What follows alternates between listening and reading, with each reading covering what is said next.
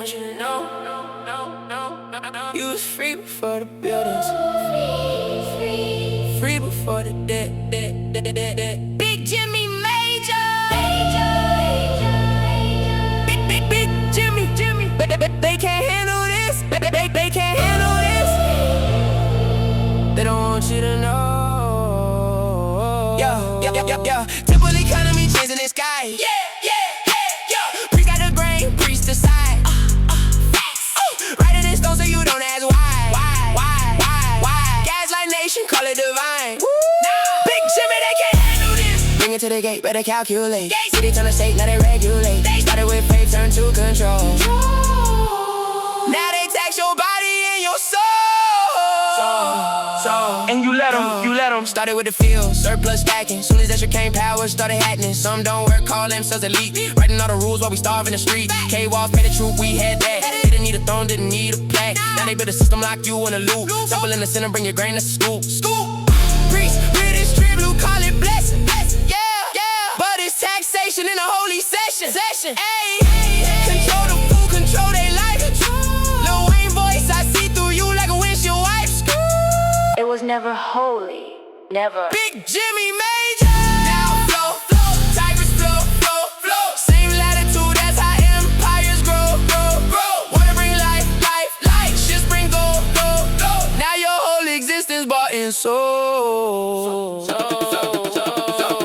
Break the temple, break the gate. Every empire writing they own fate. Break the story, break the myth. We not slaves, we not glees. Mythology coded, hierarchy lot. God said obey, that's a narrative drop. Mother goddess false, God rise. That's the moment power war disguise. Kill the chaos, split the feminine. Turn the body into land again. Now it's serve the gods, that's the rule. Whole system built to make a fool of you. Sheep first grain, they pick the crop, picked it. Farmers easier to watch than nomads. Fact, can't control a free path. So they wrote a story just to change the math. You think it's history? You think it's history? Nah, it's design. This design. Every myth got power inside. Every system built to decide.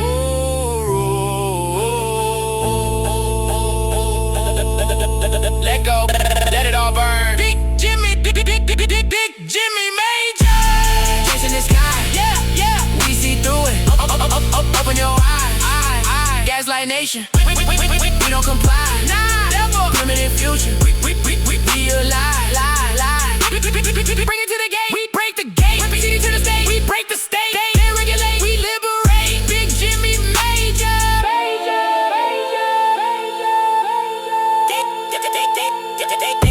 They can't relate.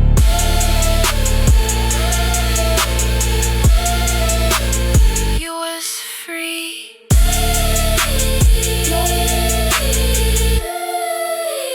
Center of the world.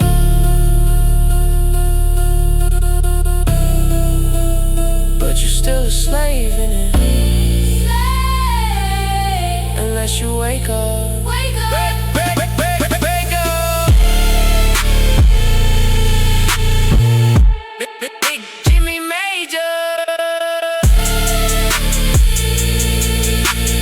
Big Jimmy Major. Today we discuss the idea of civilization.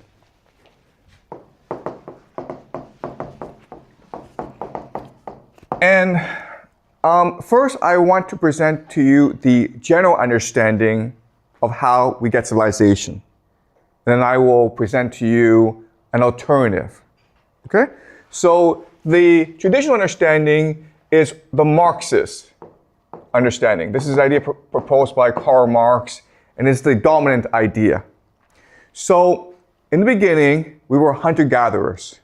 And it sucked to be a hunter-gatherer because you could not find food. And then we discovered agriculture, farming. And that allowed for surplus food. Surplus just means that You have more food than you can eat. And so now you have people who don't have to work, okay, an elite. And as such, they can engage in activities that improve the well-being of everyone and which create the basis for civilization. These things include religion, okay, which is just myths and stories, but also arts, dance, music, songs, paintings, and then of course you have science and technology. And with these three things in place, now you can grow as a society. Okay, you can now build cities. Why? Because now you can have irrigation and farming. Okay? You can now direct the river flow so you can use more farmland. Okay? You can now have a hereditary elite. And so that these people can focus their entire time on innovation, on science, on progress. Okay? And then you have writing. Because only a hereditary elite has the time and the resources to learn how to write. Because remember, back then, writing is a very difficult activity. You have to spend your entire life learning it and practicing it. And then you have the idea of money and property. Okay? And together, these four things are what we refer to as civilization. Okay? Now, there are good things that come from civilization, religion, arts, and science, but there are also bad things as well, which include war, slavery, and debt. Okay? And that is a story of civilization that you are taught in school and that most mainstream academics understand. Today, I want to propose an alternative, and I think this is a much more compelling alternative than this one. And the idea is this.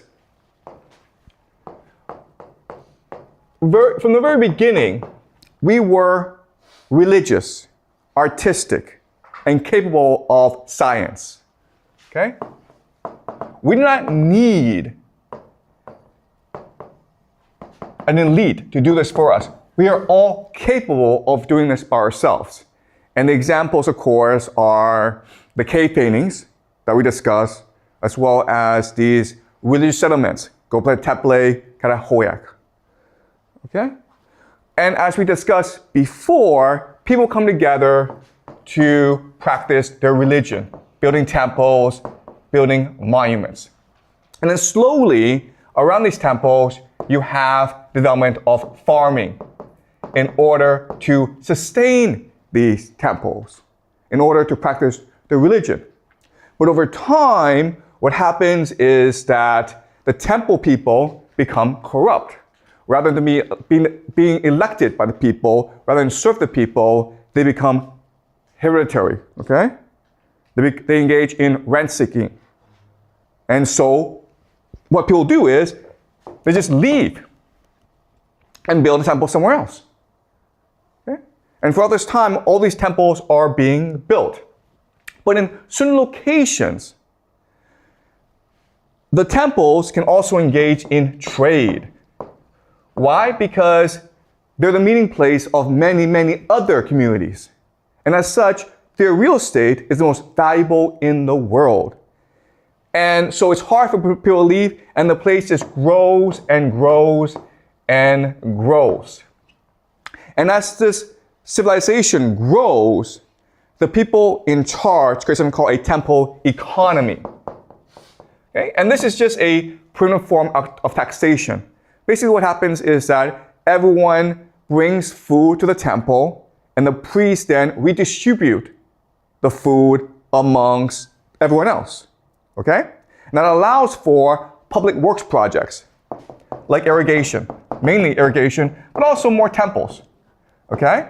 And because of this economy, now you need writing. You need to record how much food you have. You have to record who gets what food, the rations. You also need to record trade, right? How much grain you're getting from here, how much cows you're giving to over there, okay? Now you have a writing system, then you have money. But as this civilization develops, a strict hierarchy emerges. And the hierarchy goes against the natural order.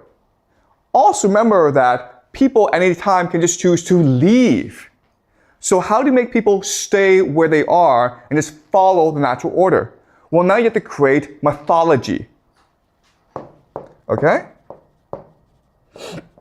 Which then you encode or write down so that it seems as though it's coming from the gods themselves. Okay, does that make sense? In other words, civilization did not give us religion, arts, and science. We already had these things. We could at any time in our history do all these things. Civilization is a device meant to gaslight or fool people into believing that a hierarchy is legitimate when it is not legitimate. It is meant to fool people into thinking of that this hierarchical system is divinely ordained. Okay? So that's the argument I will make to you today. Before I continue, are you clear about this framework?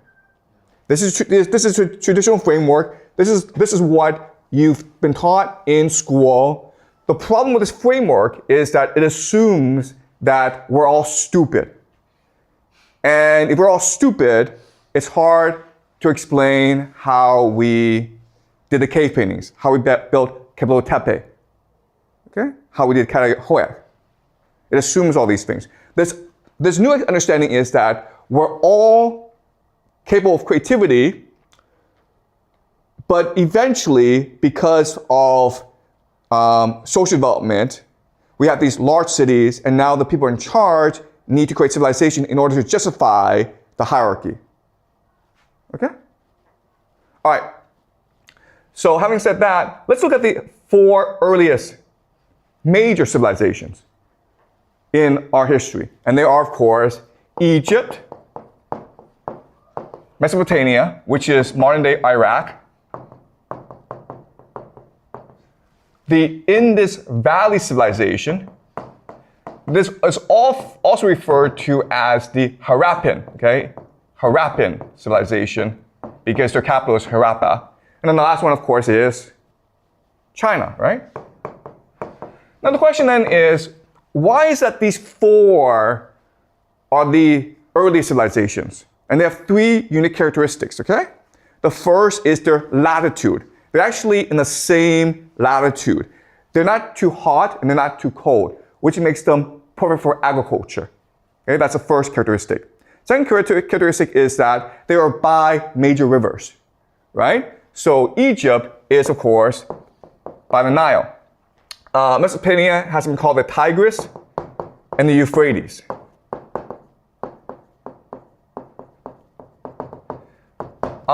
Indus Valley, of course, has the Indus River, and China has, of course, the Yellow River, okay? That's the second major characteristic. This allows for you to build a fairly large city, okay? Because now you can solve the water and transportation problem, okay? And also agriculture. Now, the last characteristic, which is the most important, is they're by the sea, or they're by the ocean, which allows for them to engage in trade, okay? Transportation, bringing in new goods, new people, and new ideas. So Egypt has the Mediterranean, as well as the Red Sea. Mesopotamia goes into the Arabian Sea, which goes into the Indian Ocean. And so the Indus is the same situation, okay? Goes in the Arabian Sea and then the Indian Ocean. China, of course, goes into the Pacific. All right? So what will happen over time is that because of the trade location, they're able to build a very large city, okay, over time. So, but then what will happen is that as larger city becomes larger and larger, they will develop colonies upstream and downstream of the river. Okay? So they will build more colonies, and this is how you get civilization. Okay? You always have a major city, and as it becomes too big, you have other places in order to expand your trade reach. Okay? So the priority is trade. And as you can see, what's happening is that these areas are able to connect the entire world, right? So Egypt is able to connect Europe and the Levant and Africa, okay? Mesopotamia is able to connect Anatolia, Asia, Central Asia, and then Indus Valley is able to do the same thing, okay? China is a special case because of the Himalayas. So there is trade actually between China and these other parts, but not as much. And so China is a special case, and so that's why we don't discuss China in this class. Okay? So these three places are what we collectively call Western civilization. So you may have thought that Western civilization is just Europe and America. That's not true. Okay, if you just look at the history, these places have always been in contact with each other, and collectively they built the foundations for Western civilization. Let me ask you this question. Looking at this map, where is the most strategically located place? You guys know?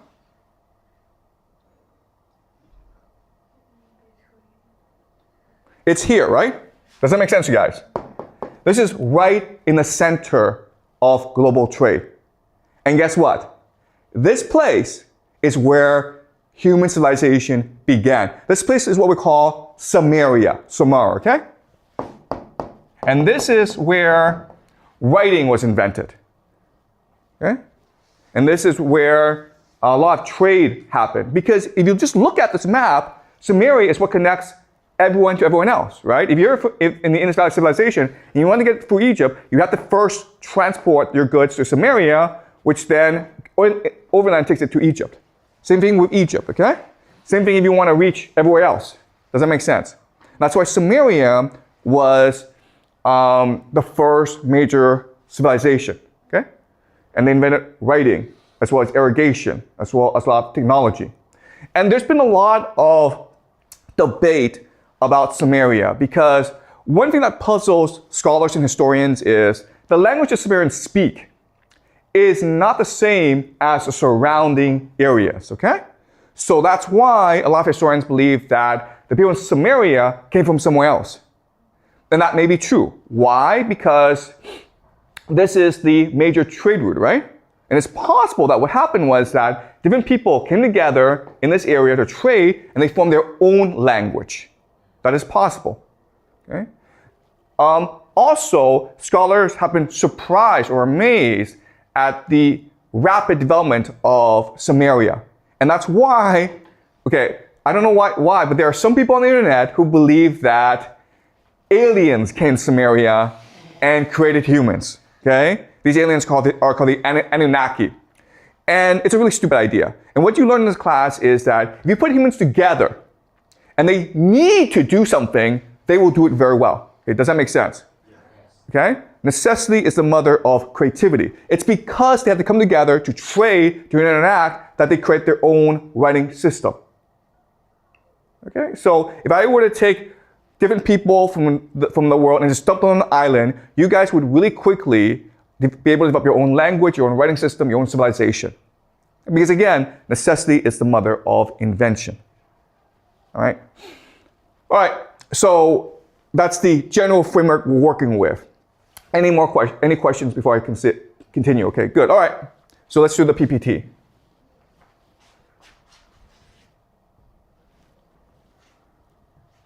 All right, so in this class, I want to talk about how, because of civilization development, they start to promote writing and promote mythology, okay? And what I will show you is that by studying mythology properly, you can actually decode or uncover or reveal the history of the civilization, even though it may be lost to us. Okay? All right.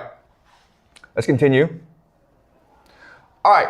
So one principle that I want you to learn about human history is that it's a constant process of inversion. Okay?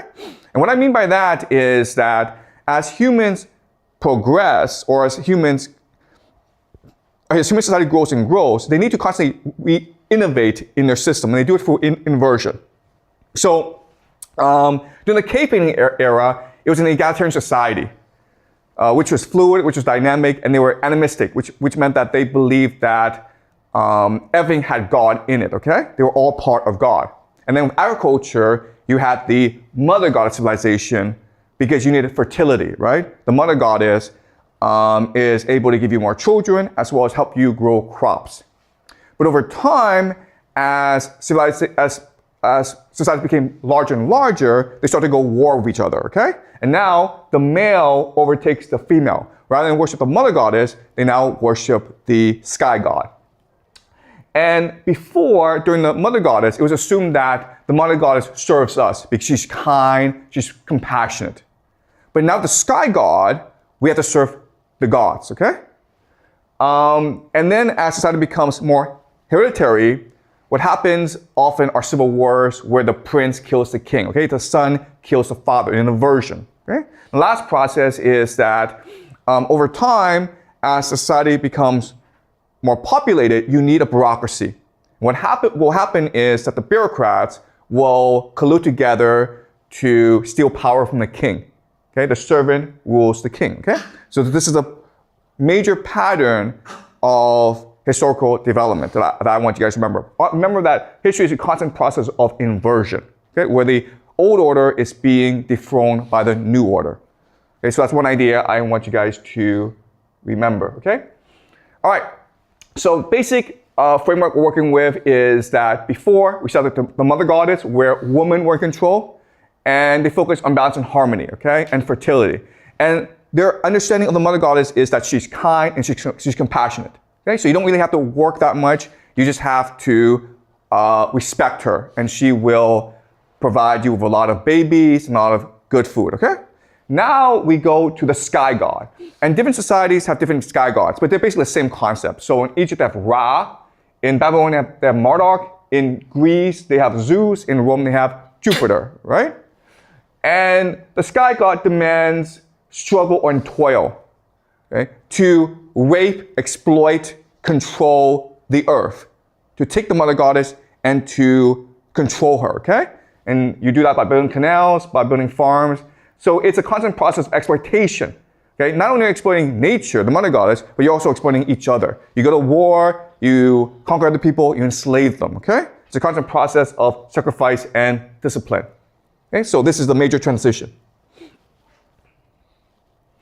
All right, so the four major civilizations we talked about, as you can see from this map, they're the same latitude, right?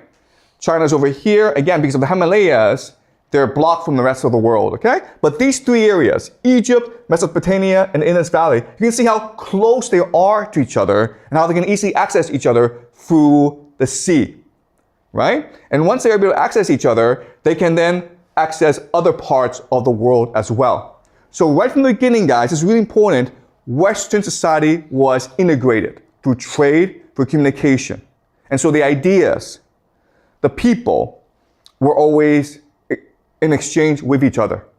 Okay, so you cannot understand the development of Egypt in isolation from Mesopotamia and the Indus Valley. Okay, they were all influence each other.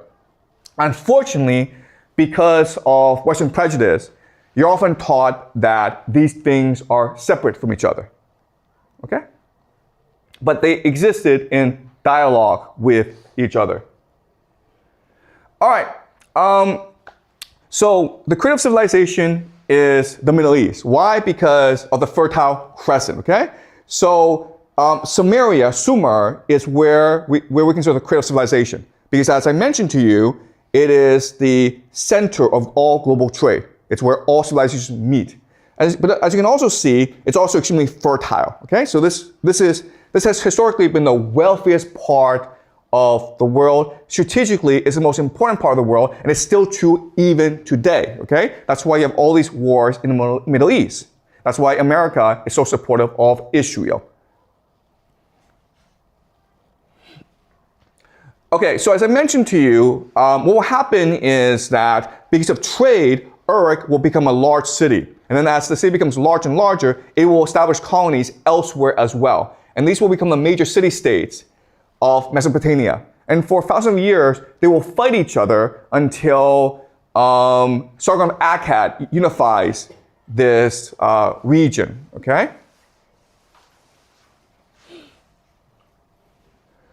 Sumer is impressive. They're known for their canals, they're known for their irrigation. And again, scholars are sort of mesmerized by how they're able to do this. But one thing that you learn in this class is that when humans come together for religious purposes, they're capable of doing amazing stuff.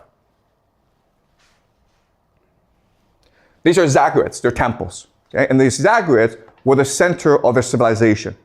Remember that all cities start off with a temple that then builds out outwards, okay? And these zaggurats are important because they are literally considered the home of their gods. And these places are sacred. So only priests are allowed to go inside it. People can deliver gifts to the gods through the priests. But the people themselves are not allowed to interact with the priests. And that's how the priests are able to keep control over the cities, okay? And the priests themselves are considered servants of the gods. This is cuneiform, okay? This is cuneiform, which is the first writing system ever invented. What's interesting about this is how they did this. So what they did was this. They just took clay from the riverbeds, okay? And then before it hardens, you just take a reed and you write down some marks in the clay. And then what you do is this. You just put it out in the sun and then it hardens, right? And it's there forever. That's why we still have them today, because rock does not decay, okay? And that's why we know more about Sumeria than we know about other places. For most of agricultural history, we celebrate the mother goddess, okay? But then, as I mentioned, over time, as society becomes larger and larger, the men start to take control. And so they inverted the mythology of the mother goddess. Now, the sky god, who is Marduk here, kills the mother goddess to create the world. Okay? A process of inversion. So, to understand this process, we will read the most famous epic from Mesopotamia called the Enuma Elish. Enuma Elish means from up high. So it's the Bible, basically. It's like what God told us. And this is a story of the creation of the world. Okay, so what's really important to understand is that all the stories are written down in stone, okay? And again, guys, they didn't have to do this because everyone was able to memorize the story line for line. And that's what we did historically. So why did they write this in stone? For propaganda purposes, right? It's the same as in today's world, you go see a film. When you see a film, you're mesmerized, you're hypnotized by the beauty of it. And you must think that this film must be the gods speaking themselves. Okay, you don't think about, okay, how did they put this together? Your mind doesn't think like that. Your mind's like, oh my God, this is an image before me, therefore it must be true. Okay, and that's why they wrote stuff down for propaganda purposes. Now, what's interesting is that there's different writing systems around the world. So in Mesopotamia, they had these cave tablets, right? But in Egypt, as you may know, they have papyrus. Okay, papyrus are these plants. They take out the plants and then put them together in the sun. Okay, and then they become like these scrolls that you can write on. In China, of course, have the paper. So what's interesting is that when the need arises for writing, we always find creative ways to express ourselves in writing. Okay? Papyrus scrolls don't really last that long. That's why we know less about Egypt than we know about Mesopotamia. All right, so the Enuma Elish was written on cave tablets. So let's go over the story, the Enuma Elish. So in the beginning, there are two major gods, Apsu and Tiamat. Apsu means fresh water. Tiamat means salt water, okay? Fresh water, of course, is the river. Salt water is the ocean, okay? When they come together to create all possible life, including their children, the new gods. Tiamat and Apsu create these new gods, but they're children, so they're really loud. And Apsu is like, you know what? These children are really annoying. I want to kill them. Tiamat overhears this, and Tiamat tells her children who rebel and kill Apsu. But then Tiamat's like, you know what? They killed my husband. So now she's pissed, okay? So she decides she's gonna go kill her children too. She has a general, and there is this huge army, and they start to attack their children. These children are thrown aback by Tiamat. So they elect a new champion called Marduk, the thunder god, the sky god, to lead them into battle against Tiamat. And in the final battle, Marduk, who's also called BL, he kills Tiamat, okay? Now what happens afterwards is really interesting because after he kills Tiamat, the mother goddess, he takes her body, and then from her body, he builds an entire world. He builds both the sky and the planet Earth, okay? So let's read some lines. BL rested, serving the corpse, in order to divide the lump by a clever scheme. He split her into two like a dried fish, okay? So he literally cut her like a fish. One half of her he set up and stretched out as the heavens. He built the sky from her body. He stretched the skin and appointed a watch with the instruction not to let her waters escape. He crossed over the heavens, surveyed the celestial parts, and adjusted them to match the Apsu, known as abode. So Apsu was the husband who was killed.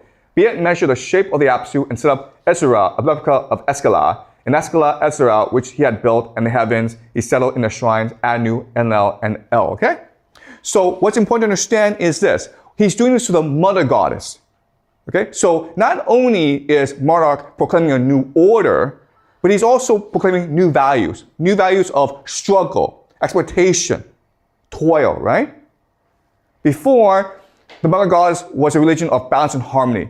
Don't destroy things. Worship the animals as they're your friends. If you kill them, make sacrifices to them. And now this new religion is, no, destroy the world and make it yours, okay? So this is a civilization that practices irrigation, right? Because irrigation really is about controlling the earth. All right, let's continue. All right, so what happens now is that after Marduk creates the world, he has to establish a bureaucratic order, okay? An order, a hierarchical order. So he says, he fashioned heavenly stations for the great God and set up constellations, the patterns of the stars. He appointed the year, marked up divisions, and set up 3 stars each for the 12 months, okay? So he's basically building a calendar. The idea here is that all these were bureaucratic inventions in Samaria in order to better govern the people, right? What this myth is doing, the Eminent is doing, is proclaiming that the bureaucratic world is divinely ordained, okay? This didn't come from the priests, it came from the gods. And the priests are just the messengers.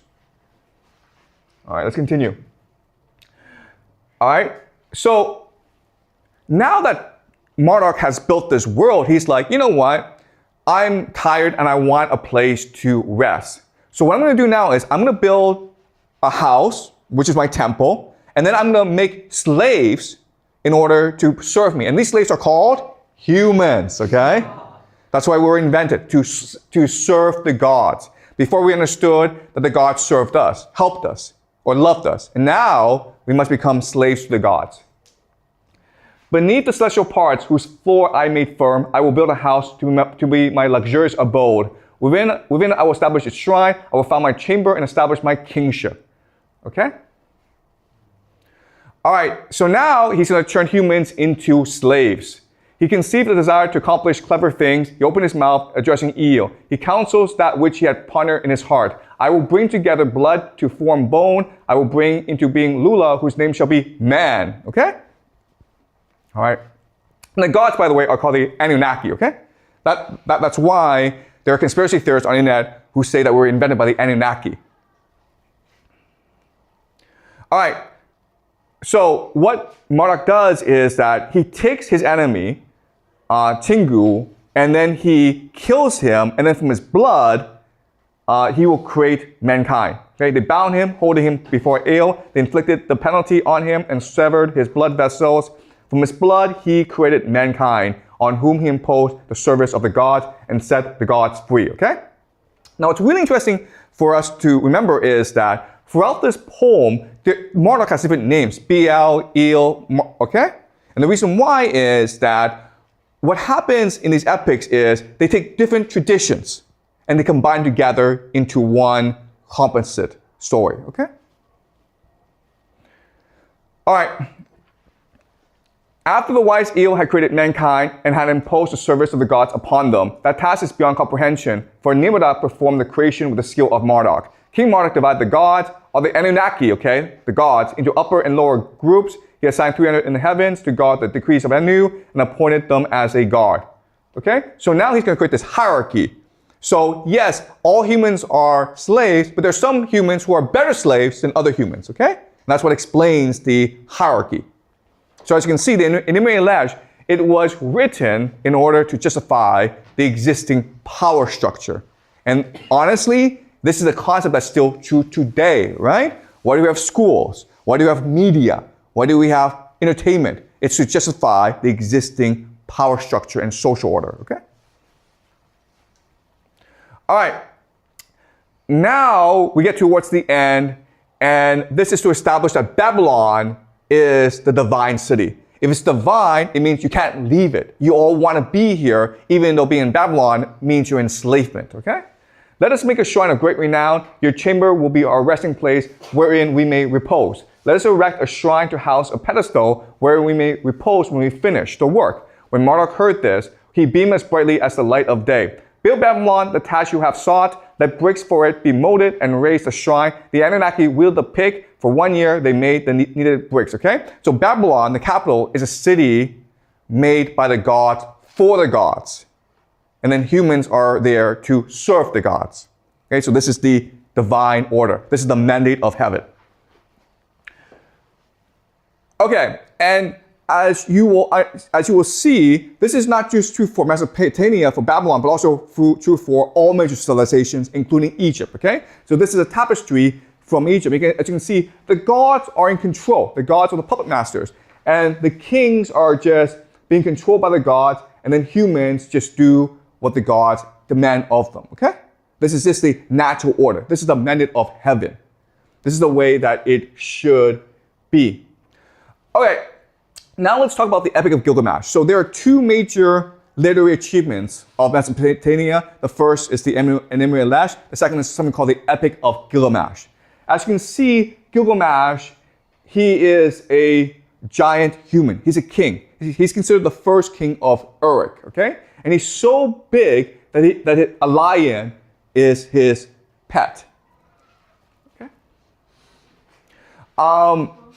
What happens is that Gilgamesh is a king, but he's a tyrant. So he takes the men to war and he sleeps with all the women. So the people cry to the gods for relief from Gilgamesh. So the gods create Enkidu from clay, okay? And this is very similar to the story of Adam in the Bible. And Enkidu is like an animal. But then Gilgamesh sends a prostitute to seduce him and then becomes civilized, okay? And now Enkidu and Gilgamesh fight, and when they fight, they realize that they can't beat each other, so they decide to become best friends. They're best friends now, and they embark on all these adventures together. They go kill these divine beings. They go kill the protector of the forest. They kill a divine bull. The gods are now kind of pissed at them because they're disrupting the natural order, okay? So the gods have a meeting. They decide that one of them must die. So they kill Enkidu. When Enkidu dies, Gilgamesh is heartbroken. And he's scared because he's afraid that he will die as well. So he sets on a quest for immortality, okay? He goes and tries to figure out how to live forever.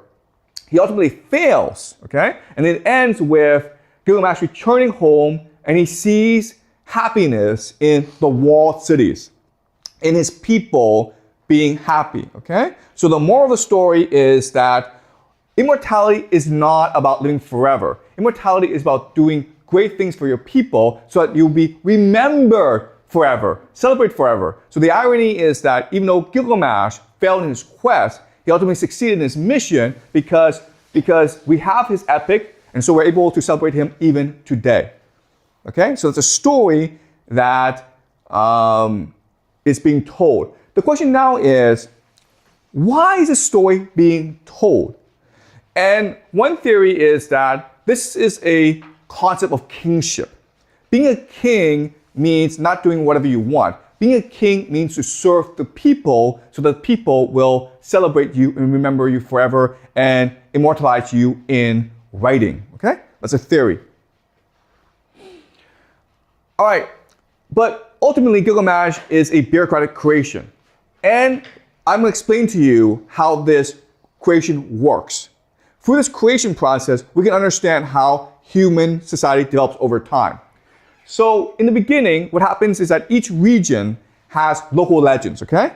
And these local heroes are celebrated through stories. So stories of demigods like Hercules, right? And the epic heroism. They have these stories because each region has a local king.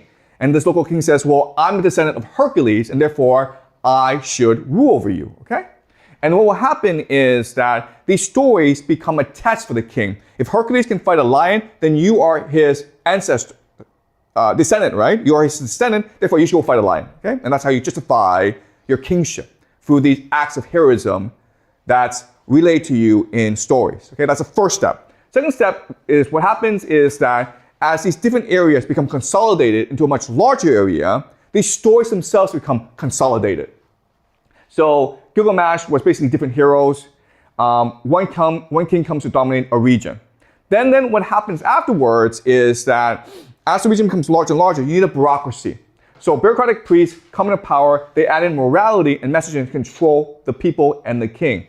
Okay, the major message is the king must serve the people, and then the priests control the king. But what will happen is that these different bureaucratic factions will fight each other, and they will have different versions of the story, okay? So bureaucratic priests take power, the morality and messaging changes, okay? As different bureaucratic priests take power, okay? The king must learn humility. So this is a hard thing to understand, but it's really important for us to understand, otherwise you cannot understand the Bible and other literary creations. So what I'm going to do is I'm going to give you an example to help you better understand this process of storytelling. All right, so let's imagine 3 universities, Ohio State University, Connecticut, and Middlebury. And they all have their own local legends, okay? So in these places, something happened that captured the imagination of all the students. So maybe at Ohio State University, Michael James gets drunk the night before examination, and he still manages to pass it. And the students are like, that's a great story, okay? But what happens over time is that because it's just a great story, as the story is told more and more, it becomes exaggerated. Why? Because it becomes exaggerated, it's much more interesting, it's become much more memorable, okay? And over time, people add color to it to make it even more memorable. If you don't do that, the story becomes forgotten, okay? So the only way to keep a story alive is by constantly exaggerating it and bringing color to it. So let's see what happens. Over time, the story becomes Michael James gets drunk before every examination and he scores 100, okay? That's an exaggeration. And then, over time, naturally, through the oral tradition, the story becomes even more exaggerated. Michael James bet his professor that he could get 100 on the exam while drunk. After James finished the exam, he vomited on the professor. He threw up on the professor. The professor could not do anything because James had got 100 on the exam. Okay? All right? So human beings just do this naturally. If something happens, they think it's interesting, then it becomes a legend, it becomes a story, okay? And this happens everywhere. So Connecticut College, a football player scores a winning touchdown, okay? And then it becomes exaggerated. The guy scores touchdown every game, and then even more exaggerated, the guy hits a home run to help his team win the championship, and then later that day, he scores a touchdown to win another, okay? So it becomes more exaggerated. And then let's look at the last one. At Middlebury College, Pat Jack drives to Canada to take a piss, okay? He just does that for no reason. Becomes more exaggerated. He goes to a new city every day to take a piss, okay? And then it becomes even more exaggerated. And now you add color and detail to it. Pat Jack drove to Canada and accidentally pissed on a sleeping bear, okay? He ran up a tree without his pants and forest rangers had to come rescue him. Okay? All right? So this is what happens naturally. The story becomes funnier, the story becomes more colorful, more detailed, more exaggerated, so that we're able to remember it, okay? And then over time, what happens is that these stories become consolidated, combined together to form a new story, okay? Harvard's most legendary student was Pitbull James. He once wrote an exam that no professor could pass. He once hit a home run with one arm. He once pissed on a sleeping bear just so he could knock down the bear with one punch, okay? So it becomes even more exaggerated, it becomes consolidated. Just as the Epic of Gilgamesh, okay? But then what happens is the bureaucrats take over. Okay, the people in charge take over, and they have to change the story in order to better control people. And there are different versions of this process. So let's look at 3. All right, you add just one line and you change the story, right? In the first version, when he became a billionaire, he gave it all to Harvard, okay? So obviously Harvard wrote this story to say, you know what, we don't care what you do as long as you give us money, okay? That's the first version. Second version is, when he wrote he found his true love, he settled down in the woods to write full time, okay? So this is signaling the primacy of writers over athletes, okay? The smart over the brave. And the third is the bear ate him, okay? So he punched the bear and the bear decides to eat him, which is like, don't be a stupid athlete. Okay? And so when you add these actually lines, you make the story less interesting, less colorful. But you do so in order to better control how people think. And this is a process that we see throughout human history. So think of these classics, of these Chinese classics, right? 三国演义, Romance of Three Kingdoms, COG, right? Journey to the West, 水浒传, right? Bandits of the Water Margin. If you read them, they're not that interesting. But before, you can imagine that they were interesting. But the bureaucrats took them and changed them into boring stories that they can now teach school children to brainwash them. Okay? Does that make sense? Okay, so that's a process of civilization. All right, so another example is Hesiod's Theogony. And he's talking about Greek mythology, okay? Greek religion. So the process goes like this. At first, Gaia, who's like the mother goddess, and Chaos, they give birth to the gods. Gaia marries one of these gods, Uranus, okay? And they give birth together to 12 titans. But Uranus doesn't really like children, so he beats up his children. So these children, with help from the mother, decides to rebel against Uranus. The youngest son, Cronus, kills Uranus. Okay? Then Uranus marries Rhea, and now Cronus is king, but he's afraid that his children will eventually rebel against him, just like he rebelled against his father. Therefore, he eats all his children. Rhea, the mother, is upset about this, so she decides, I'm going to give birth to Zeus in secret. So she runs off to an island, and she gives birth to him in secret, and he leaves Zeus there to grow up, okay? Eventually, he grows up, and then he goes back to Cronus. He becomes cupbearer to Cronus, and then poisons him, okay? And that's how Zeus becomes the ultimate king. What's really interesting for our purposes is that this myth influences the origin story of major historical figures, okay? So if you look at these major historical figures, you will find that it's a very similar story. So Sargon of Akkad, who founded the Akkadian Empire, Romulus and Remus, who founded Rome, King David, who founded Israel, and Genghis Khan of the Mongols, okay? They all share this similar origin story. So where do we get this origin story from? Okay, so going back, we're seeing 3 layers, right? So the first layer is the original layer, which is the animistic layer, okay? So different gods come together and they create humans. The second layer is when Cronus rebels against Uranus and establishes the kingship, okay? Right? The third layer is this. The third layer is the most interesting. Usually when you're king, you need a general. And what often happens is that the king likes to hire a foreign mercenary to be a general. Why? Because first of all, he's of low birth, right? Therefore no legitimacy. Second, he's a foreigner, and therefore he doesn't have any political factions behind him. But often what happens is that this foreign mercenary is so talented that he's able to build a political faction to overthrow the king and become king himself because he's really talented. This is true for Genghis Khan. This is true for King David of Israel. This is true for Sargon of Akkad, okay? So there are lots of historical figures like that. Even in Chinese history, you have quite a few historical figures like this as well. So the founder of the Song dynasty was this sort of person. The problem, though, is that once he becomes king, he has a legitimacy problem. He's of low birth, he's a foreigner, right? So what do? You create a myth of Zeus, right? That Zeus himself was of low birth and a foreigner, but not really because he's a secret son of the king, okay? And that's why you have these stories. To legitimize the king. All right, so again, this follows the dynastic cycle, okay? So in the beginning, the high priestess, who represents the mother goddess, she has a consort. And so they establish a hereditary elite. But this hereditary elite makes people unhappy with the system.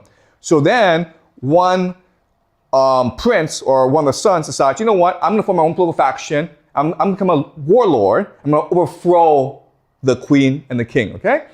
And so he slays the consort and marries the high priestess, okay, which is following the pattern of the mythology, right? Then what happens is that after the warlord dies, his son relies on a mercenary as general. The mercenary is often a foreigner and of low birth. Mercenary slays the warlord and makes himself king, okay? Okay? Does that make sense? This is a pattern that we see over and over in history, and this explains why the myths are constructed the way they are. Okay, so another way, a metaphor that we can use is think of myths and stories as like house renovation, okay? So when you renovate a house, you're adding different layers to it. Okay, that's literally what's happening. Okay, so we will look at one last story to show you how this writing process works. Remember, they invent writing in order to basically gaslight the people. So even though Sumeria, Mesopotamia, is developing really quickly, as you can see from this map, it's still a very diverse place, okay? They have different forms of industry and economy. So maybe in the green, you have agriculture, but in the red, it's pastoral, meaning you're raising animals, sheep, goats, you're going all over the place, okay? So there are two different types of agriculture. The first form is you are sedentary. You just stay in one place and you grow your food. You grow your crops. You grow your plants. The second is pastoral, where you're going around and you are feeding your sheep and your goats, okay? If you're a king, or if you're a priest, if you're a bureaucrat, do you prefer agricultural people or pastoral people? Obviously agriculture. Why? Because it's easier to control them, okay? So what they do now is they're going to create these mythologies to convince people to give up the free, happy lifestyle of a pastoralist and become an enslaved farmer, okay? All right? And the question is how? Well, this is how. This is called the debate between the sheep and the grain, okay? So the sheep and the grain have this debate and they appear before the gods for judgment. The sheep says, I'm the better one. The grain says, no, I'm the better one, okay? So that's this debate. The sheep says this, and King of the gods, make me descend from the holy place, my most precious place. All the yarns about Otu, the splendor of kingship, belong to me. Second, king of the mountain embosses the king's emblems and puts his implements in order. He twists a giant rope against the great peaks of the rebel land, he the sling, the quiver, and the long bows. The watch over the elite troops is mine. Sustenance of the workers in the field is mine. The water skin of cool water and the sandals are mine. Sweet oil, the fragrance of the gods, mixed oil, pressed oil, aromatic oil, cedar oil for offerings are mine, okay? So I'm the sheep, look how great I am, okay? I provide clothing for people. I provide sandals. I have oil, which makes people more fragrant. I also provide food for your soldiers. So I'm great.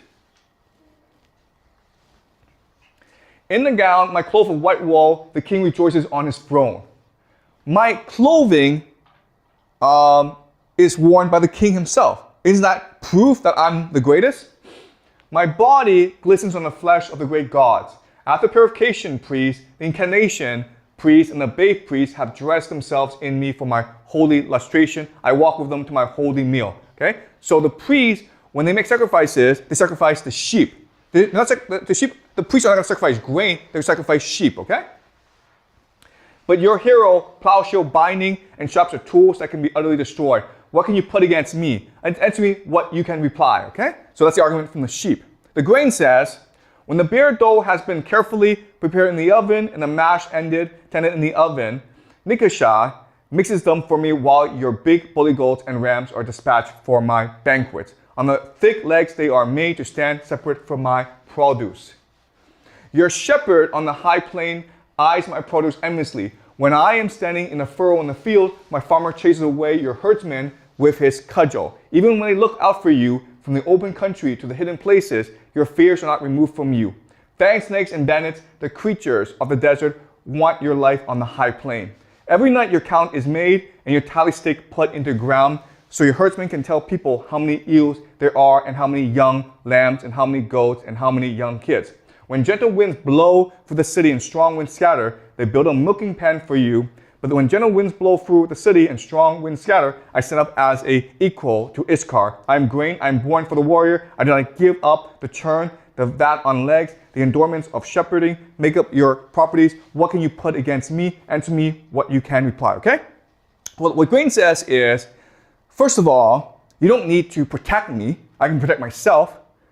There are no animals that want to eat me, okay? And I'm bountiful, okay? So I'm independent. You do less work, you get more of me. Okay? That's the argument. And of course, the gods say that grain is better. Even though people who raise sheep and goats, they're stronger, they're more free, they're more independent. But kings don't want that. So they create these stories, these mythologies, in order to brainwash people out of their freedom, out of their independence. Okay? And that's why we have writing. That's why they invented writing. Okay? Does that make sense to you guys? Yes. All right, any questions?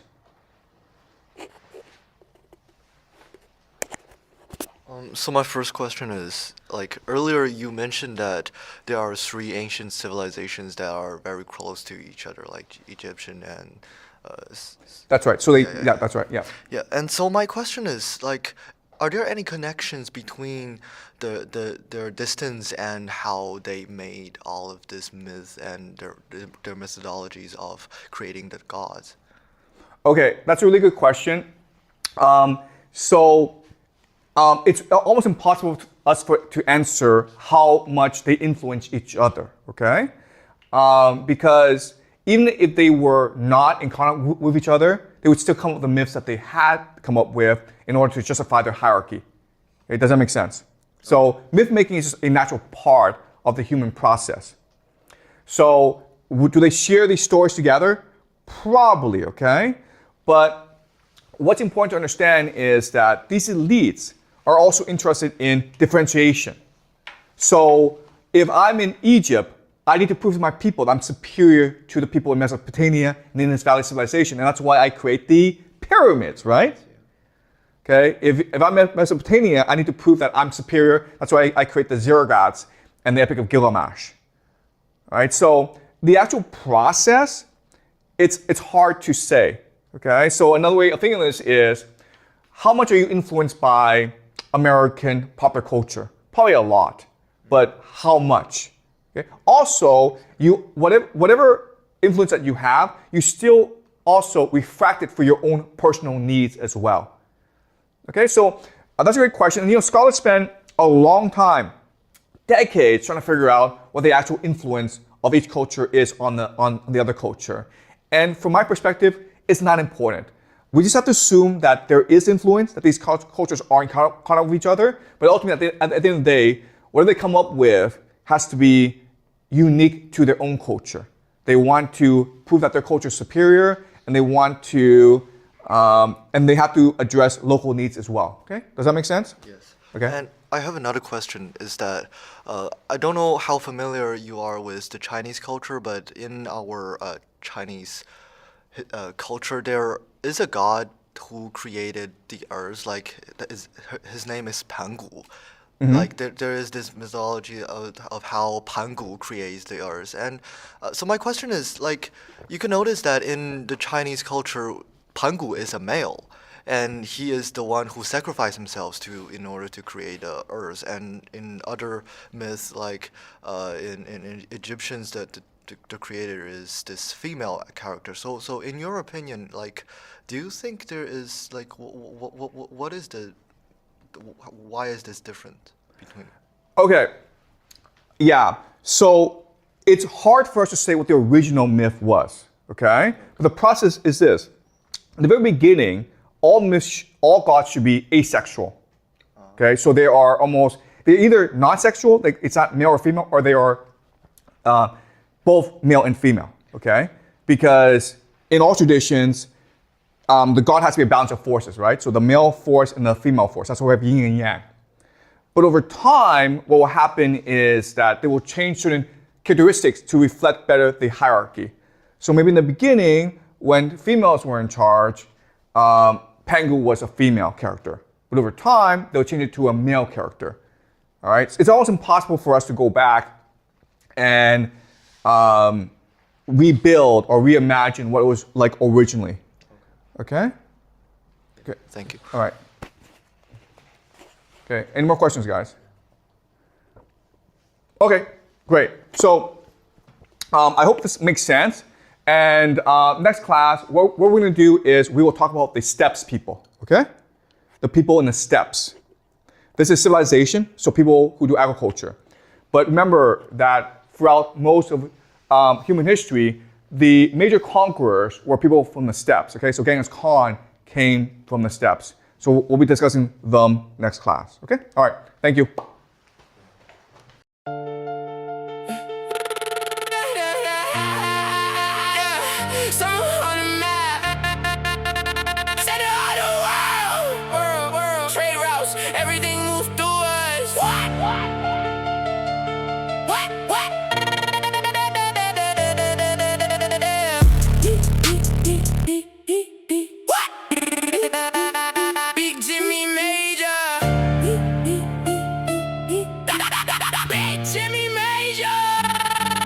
Tumble economy, bring it to the gate.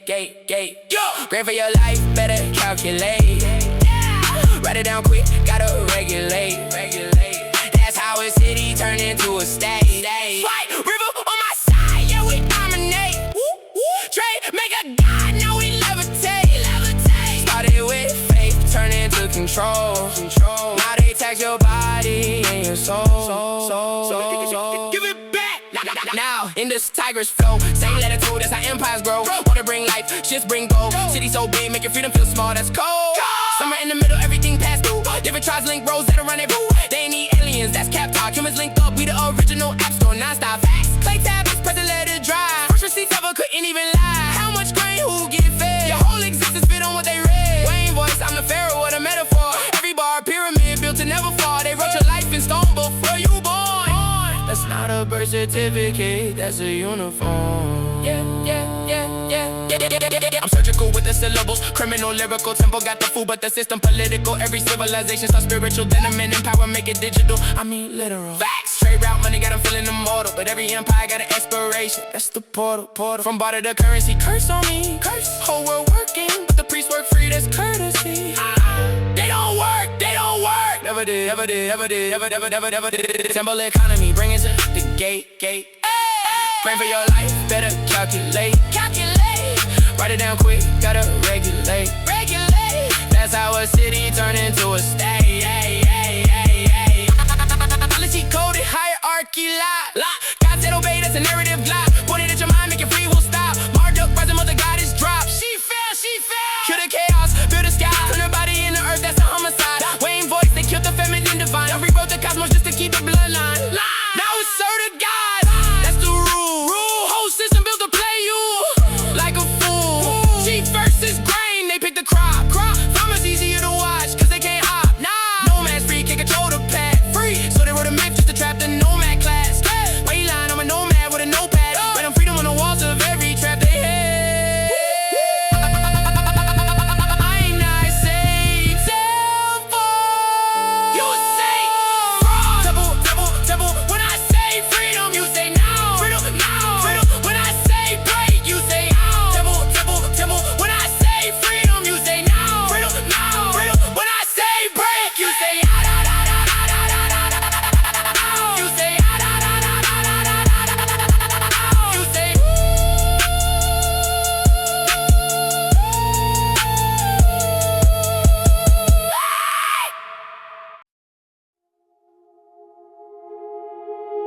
Today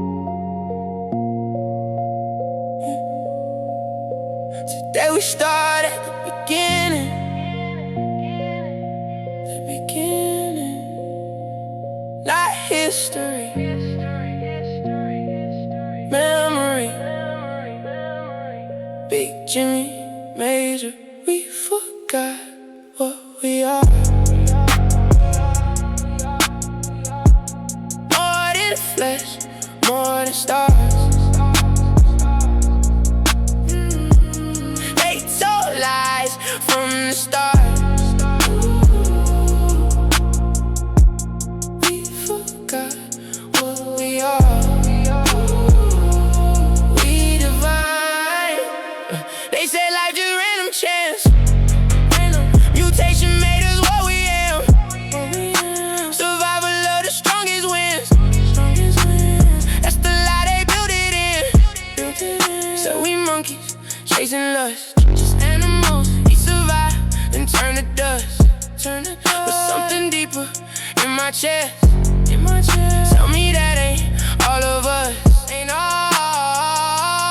Why we dreaming? Why we feel? Why we search for something real? We forgot what we are. More than flesh, more than stars. They told lies from the start. We forgot what we are. We divine. Back when humans walked with truth. Didn't need no written proof. No one told them what to do. Still they knew, yeah they knew. They just knew. Pain stories in the caves. Risking life just to create. That ain't survival, that's expression. That's the soul that couldn't wait. No words, still speak. No rules, still free.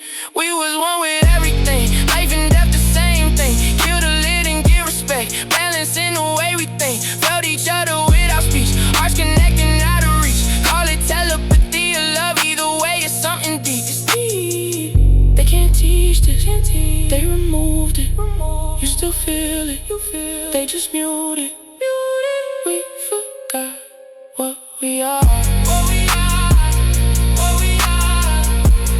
More than flesh, more than stars. They told lies from the start. We forgot. School taught me how to think. Now I feel, now I lean. Told me facts will kill the soul. Turn my mind into a machine. Now I see it clear as day. We ain't lost, just let it stray. Everything they took from us, still inside and never fade. Yeah. You don't learn this. You remember it. Big Jimmy, Major.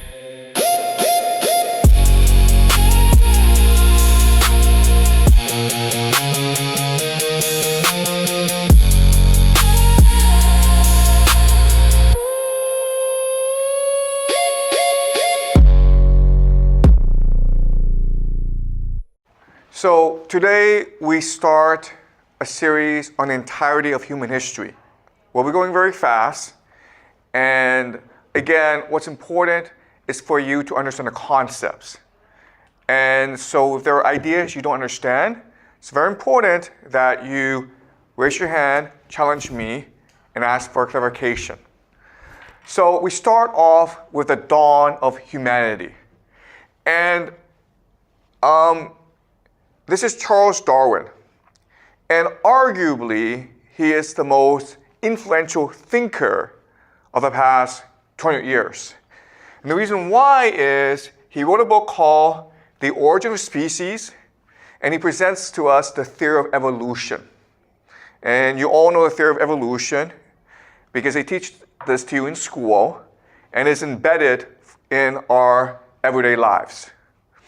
And there are three main ideas to the theory of evolution.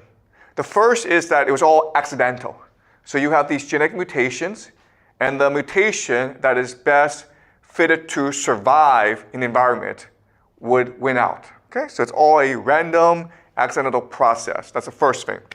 Second thing is that it is materialistic, meaning everything that you can see is all that exists. And the third thing is it is emergent, meaning that things build on top of each other. It is a bottom-up process.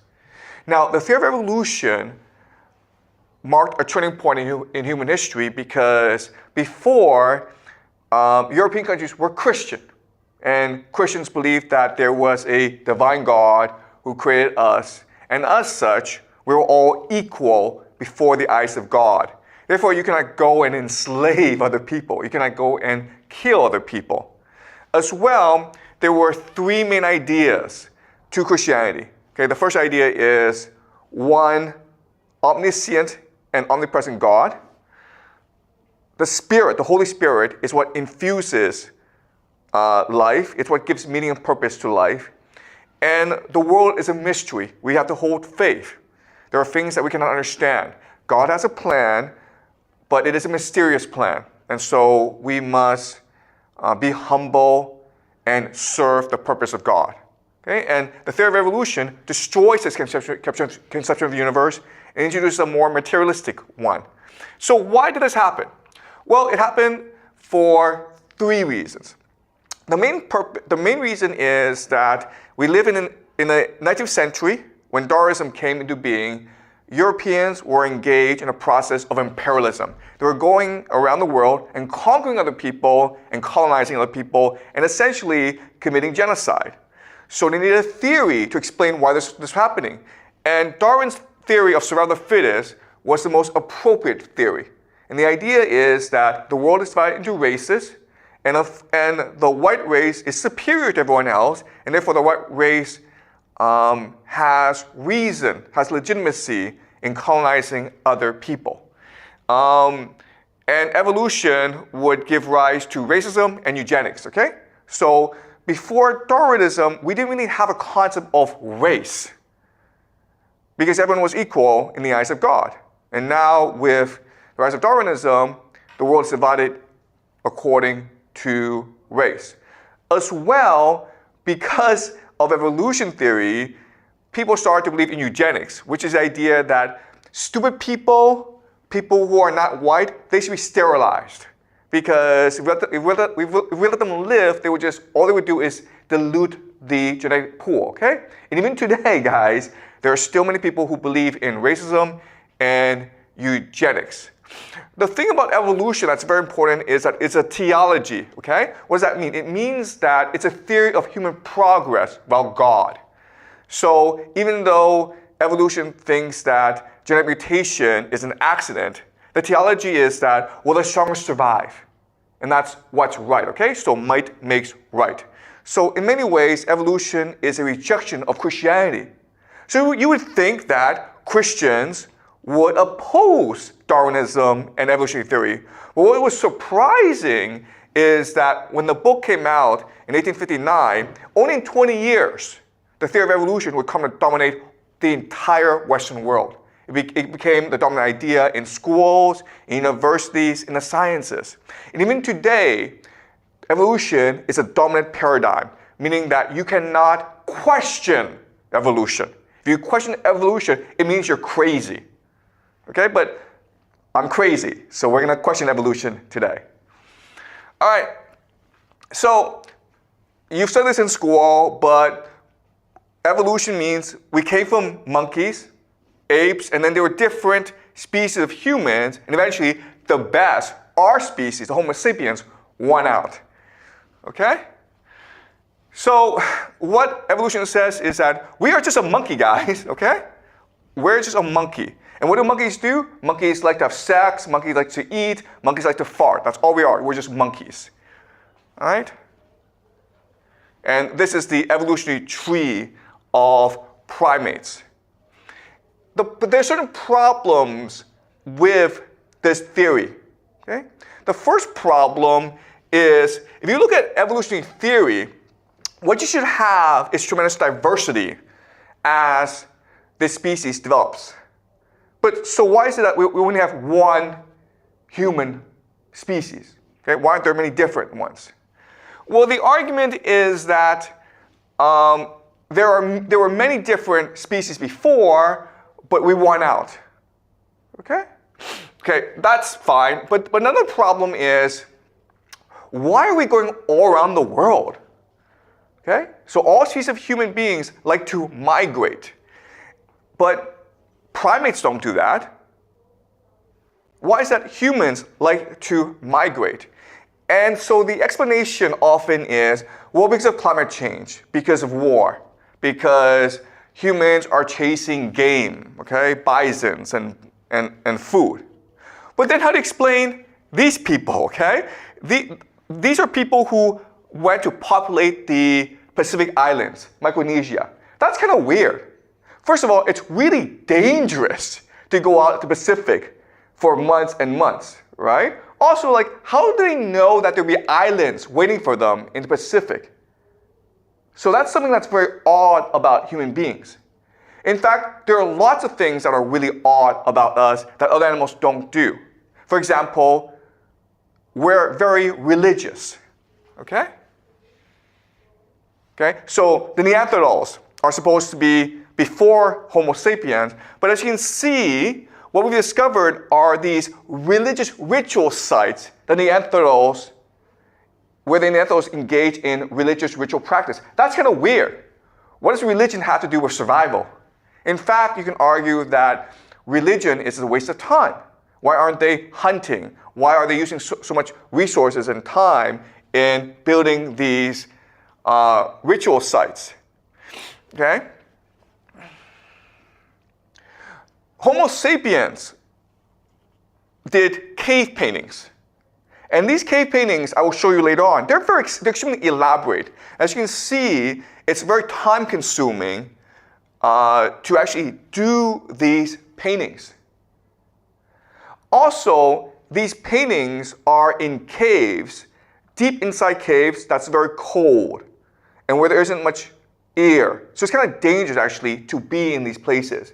But we know that Homo sapiens spent a lot of time in these deep, wet caves drawing these paintings.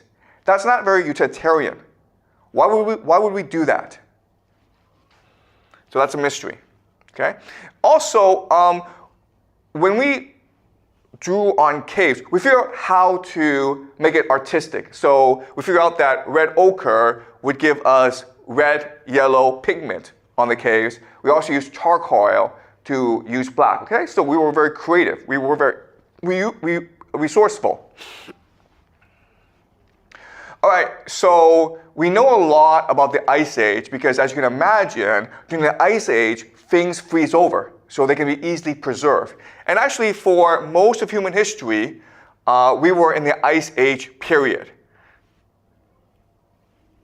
Okay, and as you can see, during the Ice Age, the entire world was basically frozen over. So how did we survive? Well, we survived by using the resources around us. Okay, so this is a mammoth. And so they killed a mammoth and they turned the mammoth into a house. Okay? Now the question is, how did they know how to do that? How did they figure it out? And we've been trying for a long time to figure this out. But my answer to you, and this is a theme that I will keep on emphasizing throughout the rest of the semester, is they just knew it. Okay? So let's do a thought experiment. Let's just say that there's 10 of us, and I give you this wall, right? And I say to you, you cannot talk, you cannot communicate with each other.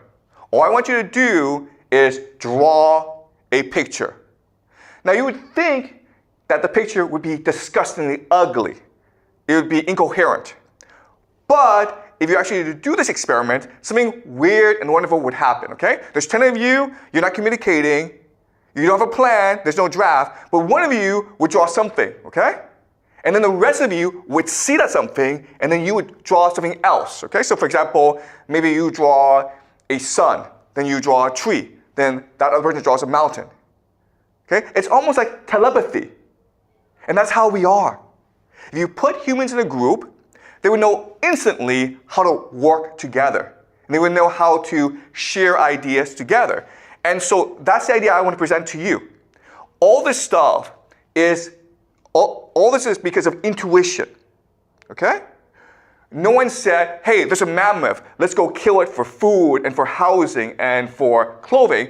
But if you walk together and you saw a mammoth, all of you together had the same thought. Oh, that could be a source of food and clothing and shelter for us. And you all knew how to work together. That's the beauty of the human imagination and the human empathy.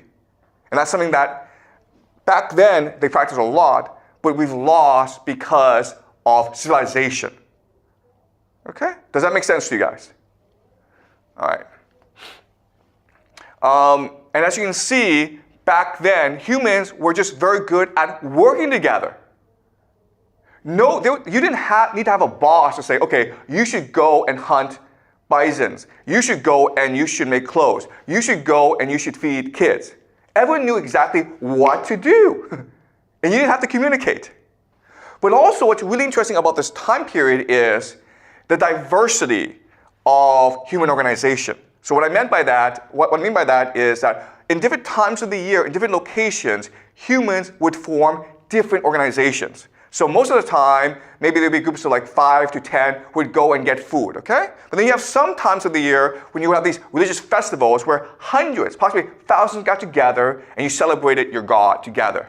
It was all intuitive. You didn't have communication, but they all knew at what time, what organization would best fit them.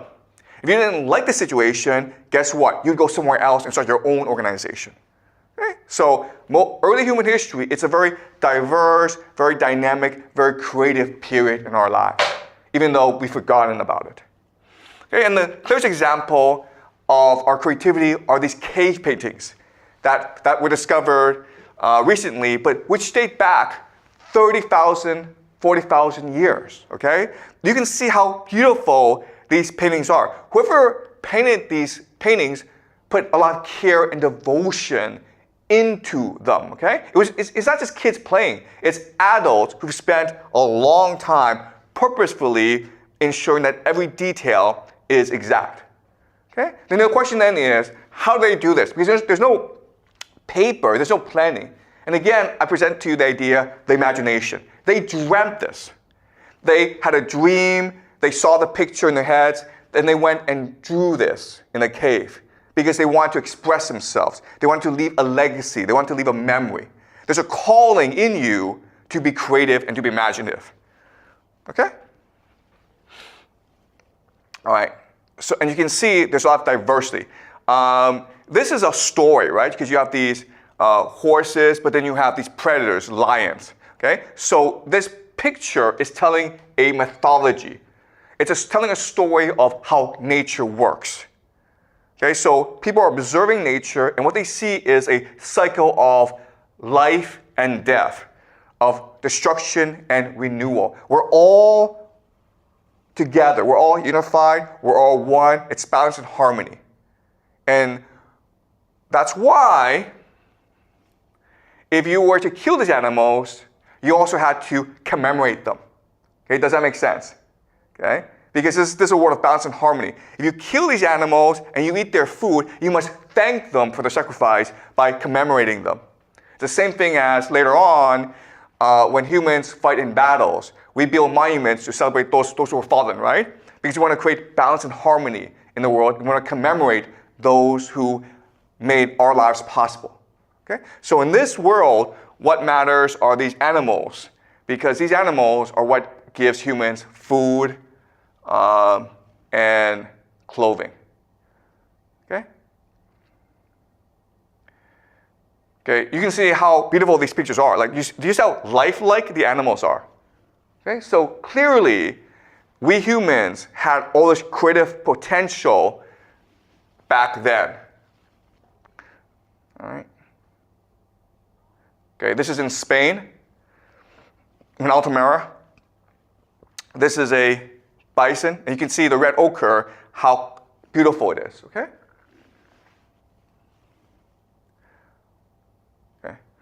And you can see how it's not meant to be realistic. It's meant to be surreal.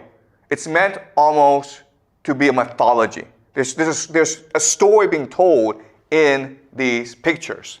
We don't know what the story is, but you can imagine that there's a story of life and death, destruction and renewal. Okay, and you can see the struggle of humanity to get food from nature, but also a willingness to celebrate those who have fallen. And there's religious significance to everything, these cave paintings. How do we know? Because this is clearly a shaman, right? What we call a leopard man. This dates back to 40,000 years in Germany. So we believe that in the early societies, these shamans were the leaders because they had the most wisdom, because they had a connection to the divine. Also, what's really important is that music, okay, this is an instrument, was really important to these civilizations. Now, there's a lot of mystery as to how we first spoke. And as I said, actually, we don't really need to speak because we can all understand each other. So why do we speak? Because we want to sing. Okay, does that make sense? Singing, creating music, was a way to express ourselves in the same way as painting was. And music, once you add words, it becomes storytelling. And that's why we created language. Okay? Not for economic reasons, not in order to create a hierarchy, but for creative reasons, to celebrate our humanity together. And these pictures, as you can see, there are religious elements, okay? So you can see how there are two almost bird figures. And back then, the birds signify Mother Earth, okay? So the bird figure is very important. And you can see almost like the bird figures are leading the animals, herding the animals across. So then ask yourself, why are these paintings appearing in caves? Well, for these people, they all believed that nature was connected, right? And the spirit world and material world were connected together. So the question then is, how does the spirit world connect with the material world? Well, through caves, right? Through portals, rivers, caves, mountaintops. And that's why these places were considered appropriate sites for religious ritual. Okay? And that's why you painted these pictures in caves, because these caves, it's almost like you're summoning the spirit of these animals to return, right? You've killed these animals. How do you get them to return? By calling for them in these caves. All right? So as you can see, it's a complex but a complete mythology of how the world works. And for them, this was very, very real. Okay? And you can see how these shamans would actually turn themselves into these beasts in order to better communicate with them. Okay? Because these beasts, these animals, these bisons, were the basis for all life on Earth. If you didn't have them, then you would die off. So you dressed up like them in order to better communicate with them in the spirit world to draw them back. Okay? Okay, so this is another religious depiction. All right, so these cave paintings, there's always three questions associated with these cave paintings. The first is, how are they painting caves? What are they painting, and where and why are they doing this? Okay, and I've explained to you. There is religious significance to what they're doing. They're trying to complete the cycle of life and death. If you kill an animal, you have to thank the animal. Okay, you do that by making a religious sacrifice. Okay, by making a religious ritual.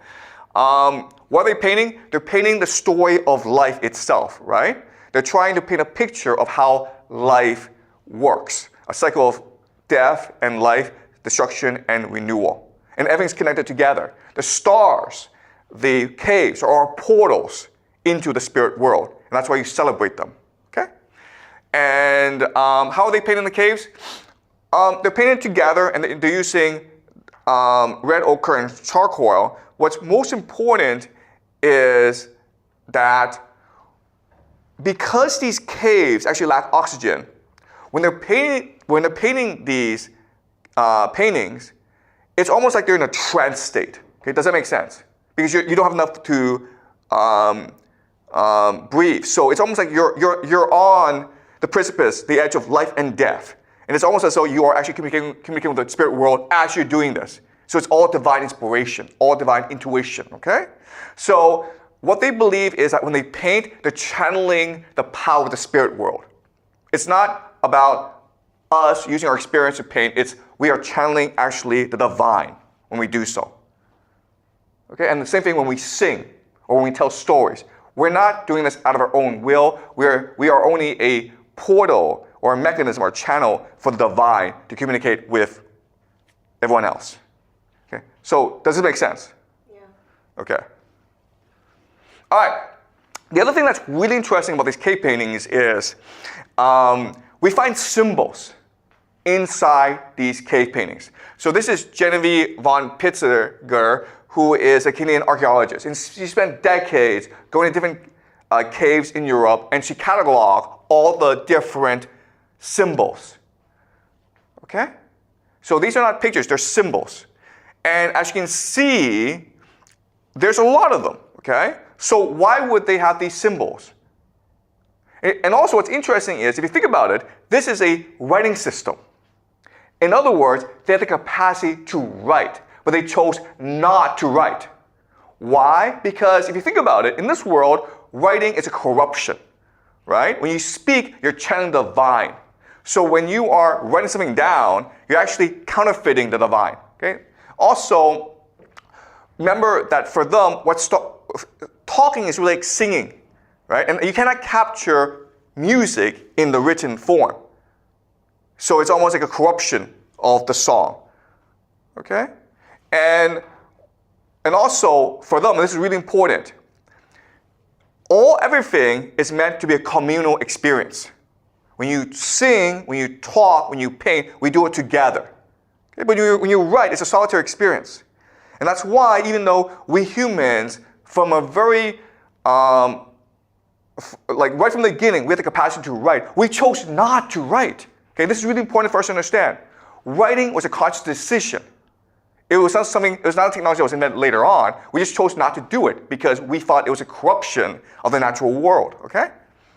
All right, does that make sense? Okay, so this is these are all the geometric signs of Ice Age Europe. It's very similar to alchemy, okay? Alchemy is trying to figure out the secrets of the universe.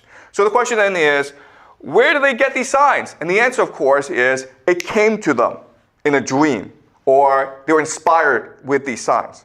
Okay? This is a world of inspiration, of intuition, of imagination. It's not something that's deliberate. They don't plan this out, they don't discuss it. It just comes to them. And when they draw it out, it makes sense to people. Oh, I know what this means. Okay? All right? So let's summarize, okay? Why are the symbols in art? Well, because there's certain abstractions, certain concepts you cannot draw out, right? So for example, energy is a very important concept. Life force, cycle, repetition. Well, then you have to use symbols in order to express these ideas if you want to tell the story, okay? Second is you are trying to visualize the language of the spirit world, okay? So the spirit world is talking to you, but they come to you in images. So you use these symbols in order to express what they're talking about. And when you draw the symbols on a stone, you're making the stone divine and sacred, right? You're storing a memory inside the stone. Maybe something wonderful happened here. Maybe you gave birth to a child here, right? Then you commemorate the stone with a symbol. Okay, does that make sense? Okay? So why you're doing this is, well, first of all, you're trying to bring beauty to the world. That's why we humans were created, right? To make this world a more beautiful place, a more imaginative place, to celebrate the divine. We're showing God or the spirit world or the underlying soul of reality, okay? We're trying to figure out how the spirit world works inside our reality. The third reason is we're trying to tell a story about who we are, okay? We're trying to combine our imagination together to create society, to create belonging, to create community. Okay? Does that make sense? Yeah? Sorry. So you said about human trying to connect with the divine spirits, right? So do they consider... Okay, sorry. So let me clarify, okay? This is really important. We're not trying to connect with the divine spirit. Why? Because the divine spirit is all around us. We coexist with the divine, okay? Everything around us is divine. But what we're trying to do is we're trying to be in harmony with the divine. Okay. Okay, do you understand? Yeah. Okay, because in this world, there's no separation between the material and the spiritual. It's all one world together. The spiritual is all around us. But there are certain things that we do in order to reconcile our existence with the spirit world. For example, when we kill an animal, we need to commemorate the animal through paintings and through songs. Okay, does that make sense? Yeah. Okay. Does that answer your question? Yeah. Okay, good, okay. All right. And even today, we still do this, okay? So let's see examples. This is graffiti, okay, street art. But you can see what's happening where this is Spain, and you can see how beautiful this is, okay? It's the same concept as the cave paintings, where we're trying to give meaning to our community. We're trying to tell a story of who we are, where we came from, and where we're going, okay? And it's designed to build a common imagination. Okay? No different from the cave paintings. We still do this today. And this is another example. And you can see different communities might have different focus. But you can see how the painting, what it does is it unifies the imagination of the people. Okay? So for this community, what matters is the family. Okay? So the matriarch, the mother, is the cornerstone of this community. And that's what you do with this painting. Okay? You can see how beautiful these buildings have become because of the paintings. So that's what art does. Art gives purpose, meaning to our world. All right?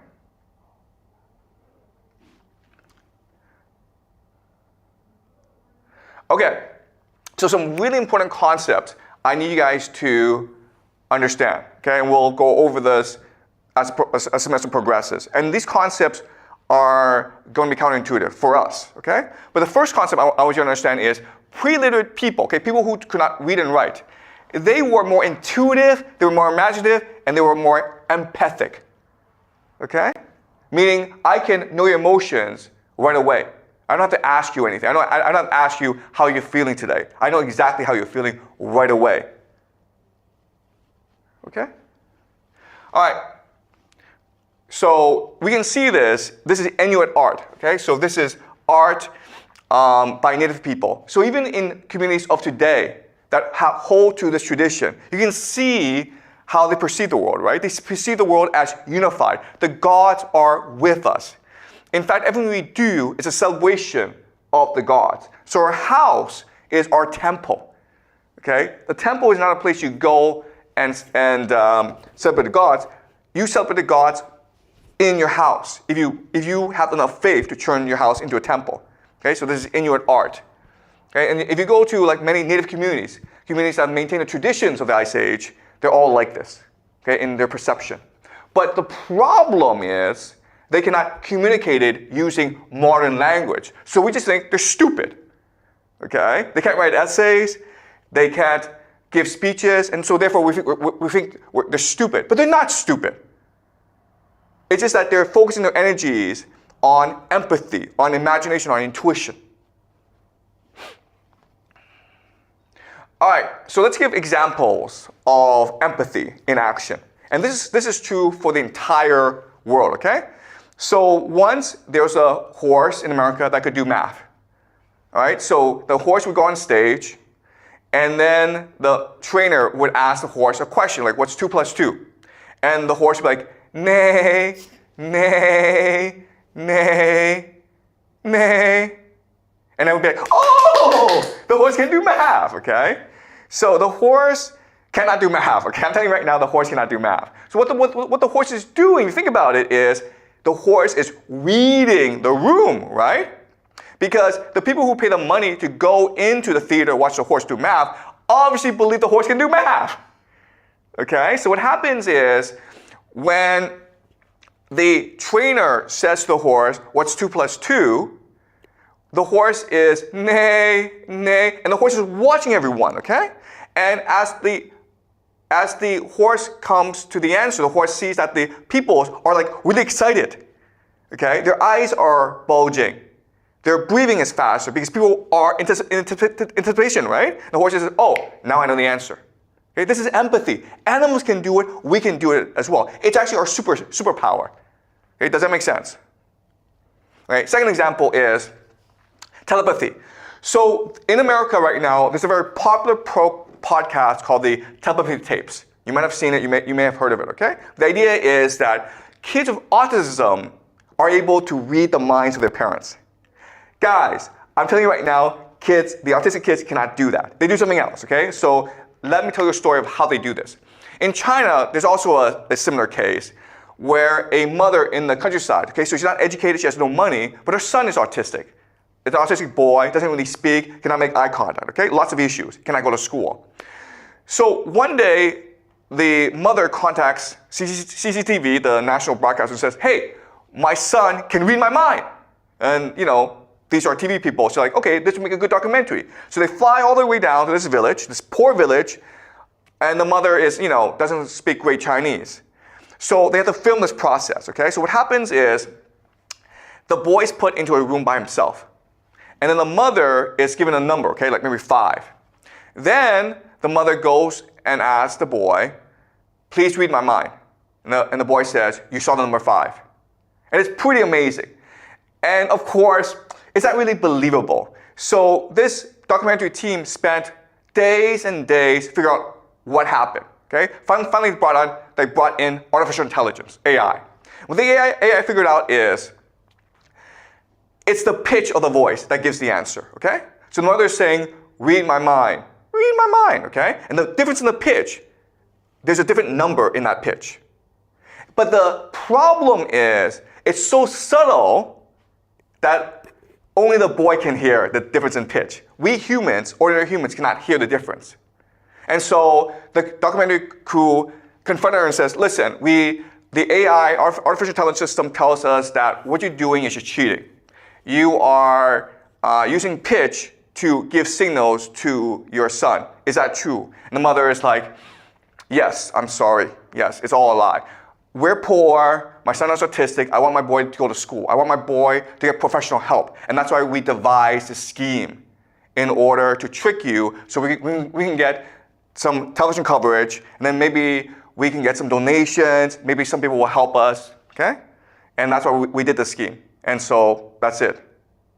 But think about this. Think about how amazing it is that the two together were able to devise a scheme, right? Think of how amazing it is that they were able to devise a scheme that was so creative that it tricked people. Only an artificial intelligence system could figure the system out, okay? So this mother is not educated, but she loves her son, and she wants the best for her son. So she figured out what her son's special ability is, pitch. She's able to hear different sounds, and devise a scheme to make full use of the son's ability. Okay?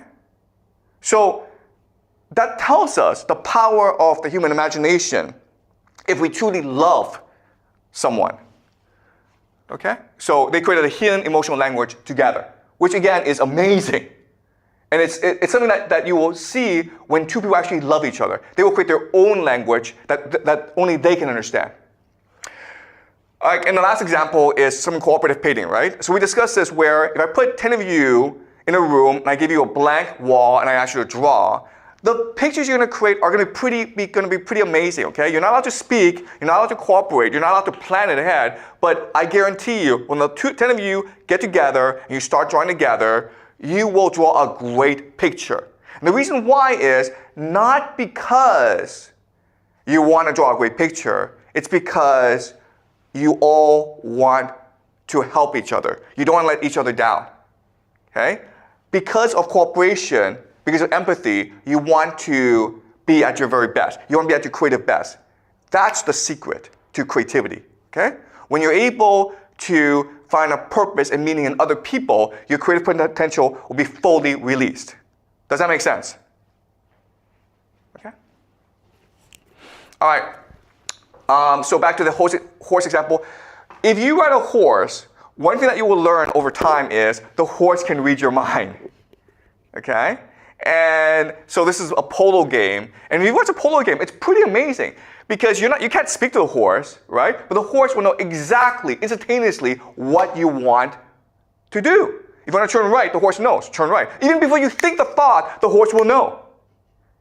Okay? And this is why, throughout human history, warriors on horseback were the greatest warriors. They were invincible. Why? Because what happened was, basically, the man had 4 legs, okay? Because in these nomadic societies where people fought on horseback, they were born on horses and they were riding horses since they were early or since they were young, and so they developed this emotional connection with the horse. So the horse knows exactly what you think even before you think it, okay? And there are lots of examples like this. If you have a dog, you know that dogs have telepathy, right? So you go away for a week, and then when you come back, the dog is waiting for you at the door. Then the dog knows you're coming back. That's the emotional connection. That's telepathy, okay? So telepathy exists, but it's an emotional connection. There's no way that I can actually read your mind, but I know how you feel, even at long distances. Okay? Does that make sense? All right. Another important fact about human beings that is not really understood is we are obsessed with being creative and expressing ourselves. That's who we are. Okay? We are the imagination, personified, manifested, made tangible, made visceral. Okay? But we are imagination itself. Our imagination is resilient and will always find a way to shine. Okay? So you may know of people who lose a sense, right? So if you can't see, your hearing improves. Or these people are deaf, okay? So they can't hear, but then they're able to see much stronger, okay? And they use sign language to communicate. And one thing that I've noticed in China is that when I go to restaurants, now and then there'll be groups of deaf people communicating with each other. They're always happy. In fact, they're the happiest people you will ever meet in China. And it's not because they're doing sign language, it's because deaf people have a deeper emotional intelligence. And so when they're together, they're able to communicate emotionally, and that brings tremendous joy and comfort to them. Okay? Does that make sense? All right, let's give another example. This is a great composer, one of the greatest composers in human history, Beethoven. His music is startling. Okay? His music is extremely famous. Problem is, he was deaf. That's kind of strange. How is it possible for you to be deaf, yet at the same time compose some of the world's greatest music? The answer is he saw the music. Okay? The music came to him in dreams and was able to see the picture. Okay? Because what is music? Music is vibrations, right? So, but they're like vibrations, they're waves, right? So you can actually see for yourself a movie of vibrations. And the more symmetrical these vibrations are, the more beautiful the music is. Does that make sense? So because he saw the music, he was able to create music that was unique in human history. Others hear the music, but he saw the music and it turned into a movie, okay, of movement. All right. This is John Milton. He wrote Paradise Lost. Problem is, he wrote it while he was blind, okay? How did he do that? Because he heard the songs, okay? He turned Paradise Lost into a musical, into music. So he actually didn't need to speak it out. He just heard it out, okay? So he had secretaries who wrote out whatever he sang out. And that's why when you read Paradise Lost, it's actually like music. It's beautiful. It's probably the most beautiful poetry ever composed in the English language. So you can see how resilient the human imagination is. If you want to express yourself, you'll find a way. Okay? It's all about will. Do you really want to express yourself? Because if you do, you'll always find a way. Okay? All right, so this is another lesson that you will learn this semester. We are socialized into mundanity. Our true selves are divine, okay? You're normal, you're boring, you're not talented because you believe what others tell you, okay? Society does not want talented people. Society does not want interesting people. Society just wants robots and slaves. So schools, companies, organizations socialize you into mundanity, okay? Into nothingness. But if you look at your true self, it is divine. And I'll give you examples of this.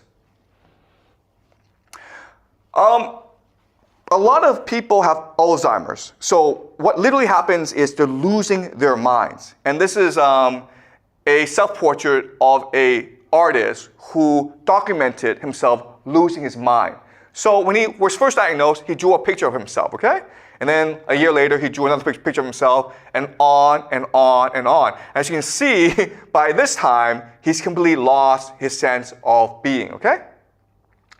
So you can use this picture as a metaphor for Alzheimer's, and you can see for yourself what it means to lose your mind. But there's another way to understand this picture, which is what's really happening is that the artist, he's shedding his artifice. He's shedding his clothing and revealing his true self, okay? What Alzheimer's is losing your socialization. Because you're losing your ability to speak. You're losing your ability to verbalize your ideas. You're losing your ability to communicate with others. And what's left behind are three things. First is your spiritual desires. So a lot of people with Alzheimer's, for whatever reason, they go to church suddenly. Okay, they're not religious. Maybe they grow up in an atheist household. They don't have any association with religion. But once they develop Alzheimer's, they have this spiritual desire to go to church and pray. It's really amazing. Okay, that's number one. Number two is they love to sing. Okay, they don't talk, but they sing. The third thing is they draw. Okay, this is a painting by an Alzheimer's patient. Okay, not great. But guess what, guys? He did this when he was like 80 years old, and he never painted before. Okay? That's pretty amazing. Never painted before, but the moment he had Alzheimer's, his true divine self opened up, and he wanted to express himself. Okay? So what they say about Alzheimer's is you hear voices. You see things that aren't there. It's hallucination. But guess what, guys? I told you this. During the Ice Age era, we all did this. We all believed that we coexisted with ghosts, with spirits, with fairies. Okay, and this was true throughout most of human history. So even though, yes, medically speaking, psychologically speaking, these people with Alzheimer's, they are hearing voices. But the reason why is the voices were always there. We just forgot about it because we're socialized to forget about the different forces, the different voices that exist along us, okay? This is a person who uses psychedelics. Okay, she's an artist, but she's using psychedelics. And the thing about psychedelics is it's almost similar to having Alzheimer's, where you shed away your socialization and you almost enter a spiritual realm, okay? As you can see, this is a picture of a cat.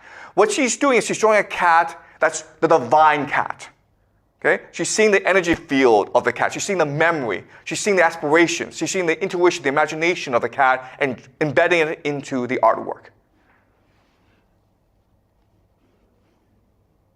This is another person on psychedelics. What's interesting is there's no time and space in art, in this art. So it becomes almost incomprehensible to us, okay? Why is there a helicopter? Why is there a cat, okay? Well, that's how we truly are, okay? We don't have a concept of space and time. We see things as they are. And this picture shows you that. And we can see how the pictures are, it's a heightened reality, okay? Much more vibrant colors. Okay, and another psychedelic painting.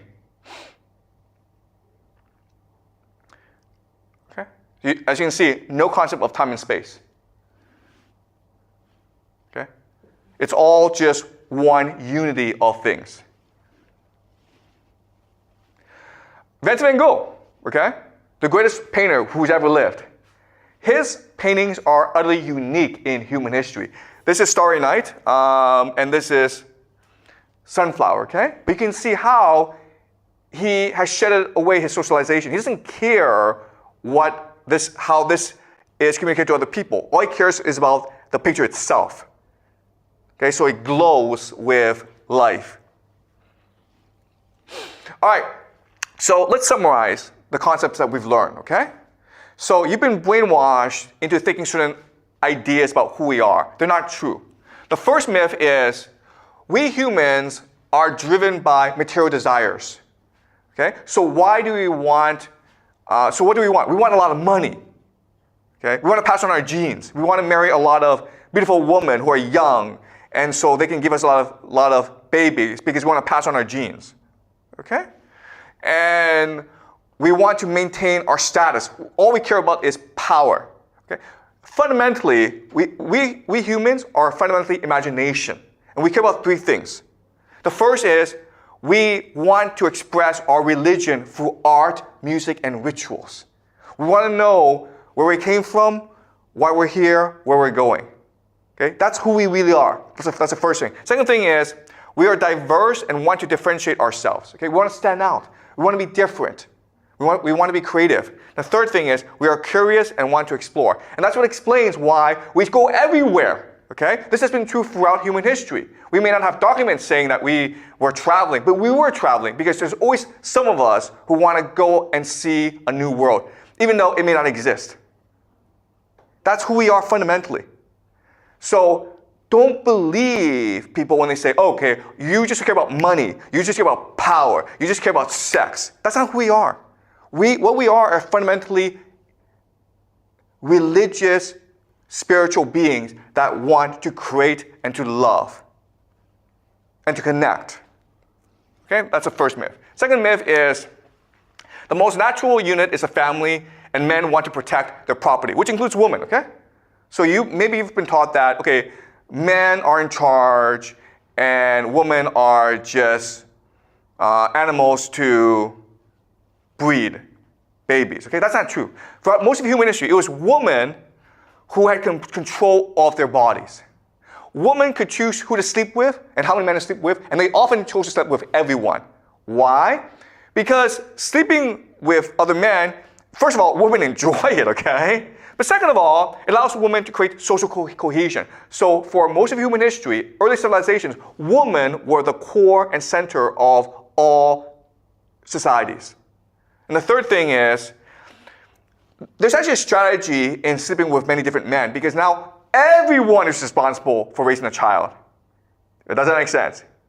If I'm the father and I know exactly who my children are, then I'm going to protect my children and discard everyone else, okay? But if no one knows who the fathers are, everyone's responsible for taking care of every single child.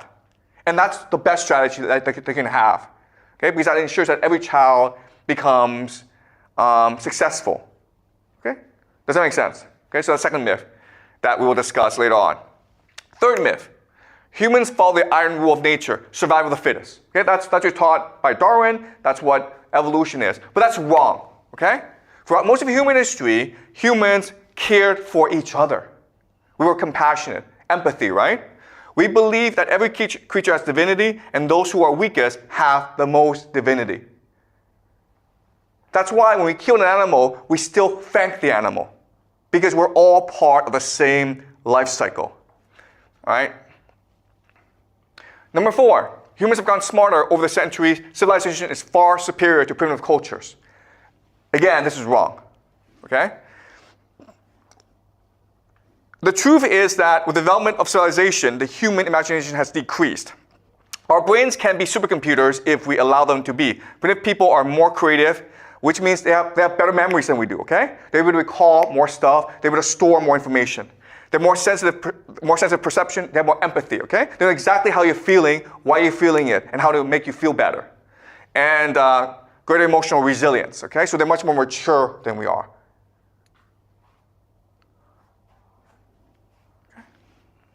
Number 5, we evolved from apes. The truth is that we are uniquely imaginative and we can choose our own evolution. don't believe we're apes, okay? If you believe you're an ape, then you're an ape, okay? If you're an ape, then you like to go beat people up and like have sex with like a lot of women, okay? But we're not apes. We're imaginative first and foremost, and as such, we have control over our lives. And that's something that you have to like learn for yourself. All right, so let me give an example of this to conclude the class. This is Romatol 2, and we discovered him 10,000 years ago in a burial site, okay? This is an Ice Age burial site. He's a dwarf, guys, okay? He's a dwarf. You can see how small he is. He's a dwarf. And you would think that dwarfs don't really contribute to the community, so maybe he's born, it's clear he's deformed, so just kill the guy, okay? Because he's not gonna have a great life anyway. Instead, what we found is, first of all, he lived to a pretty old age, and he was buried with jewelry. He was buried elaborately, and you only do that for people you really prize. That's kind of strange, right? The people who we think that are most worthless, dwarfs that actually don't do anything, they actually thought was divine and deserved a extremely elaborate, ritualized funeral. Why? Okay, so this is a book, The Dawn of Everything by David Graeber and David Wengrow, great book, okay? So what they say is this: when archaeologists undertake balanced appraisals of hunter-gatherer burials from the Paleolithic, they find high frequencies of health-related disabilities, but also surprisingly high levels of care until the time of death and beyond, since some of these funerals were remarkably lavish. This is an amazing idea to think about. But if you were deformed, if you were ill, they didn't throw you out. They spent a lot of time to take care of you, even though from their perspective, it was a waste of time and energy, because you're going to die anyway. So why would they do that? Well, there are three possibilities, okay? The first possibility is it's really about maintaining cosmic balance and harmony. Everything is a cycle. Meaning what? Meaning we're all part of God. And if you suffer, then we have to make you better, because we're all part of God together.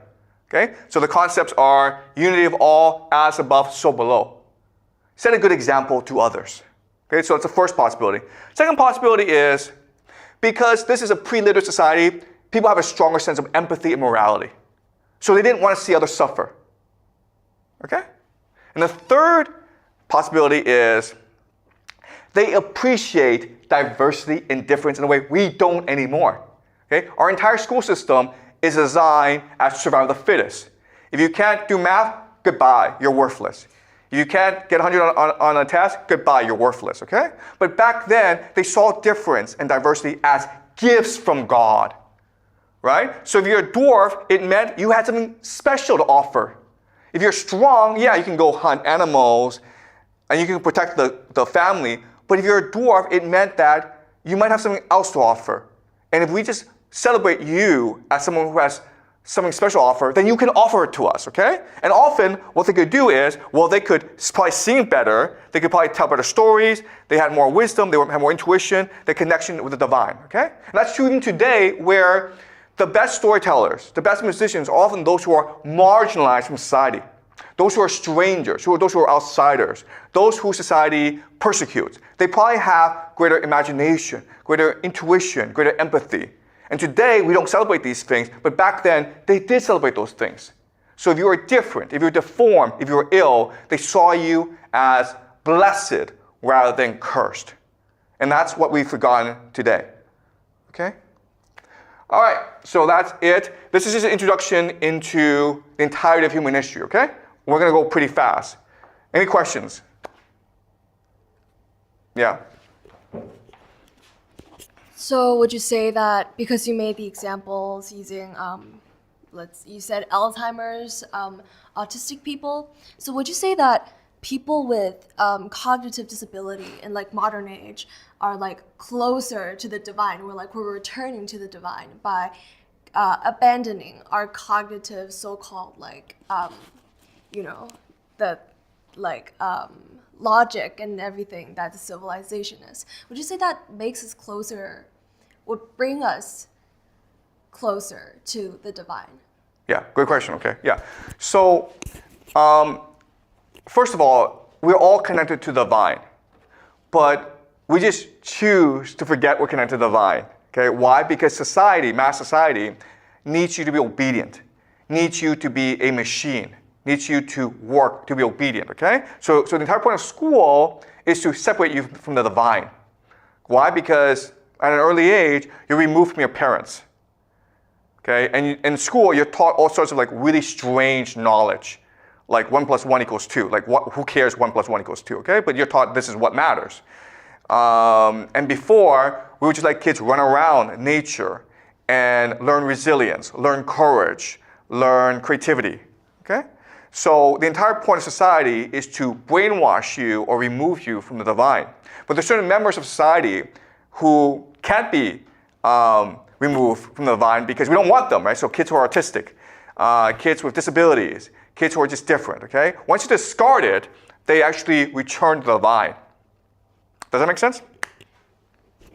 Yeah, so it's like, for example, a lot of people develop cognitive disabilities after a lot of, like you said, being put into schools, being kind of limited by the civilization. Would you say that in that circumstance, by developing or be given a cognitive disability, we're actually reconnecting with the divine? Okay, yeah, okay. So let's clarify, okay? So in China, in the United States, everywhere in the world, we're seeing a massive surge in mental illnesses, right? So depression, eating disorders, suicidal tendencies, anxiety, fear. Okay, so I mean, like, it's just an explosion these past 20 years, especially with the advent of mobile phones, social media, the internet, okay? So kids' lives suck, okay? So why are kids so miserable? And the answer is that when you're born, you have an automatic connection with the divine, okay? So, and as you lose this connection, you grow more and more confused, which leads to anxiety and doubt. And over time, if this confusion is not addressed properly, then it will lead to depression, okay? So another simple way of saying this is we crave human connection. We crave knowledge of the divine. We crave purpose and meaning in our lives. But the social media system has created this fake system in which you are in prison, our imagination is in prison in pursuing activities that absolutely have no purpose, right? So on social media, all you care about is likes. How do I get my friends to like me, okay? So you do sorts of silly things like, I don't know, post pictures of you dancing in Hawaii or whatever, even though it gives you no meaning, okay? So what's happening is, before we cared about what makes us happy, and now we care about what we think would make other people happy, okay? And that's not who we are. Okay, once you lose that connection to the divine, then you can only get lost. So if you deny your intuition, if you deny your emotions, then you'll just become more and more miserable. Okay, does that make sense? Okay. Like the strong empathy that you just mentioned, I thought that I'm curious where the strong empathy come from, because I usually thought that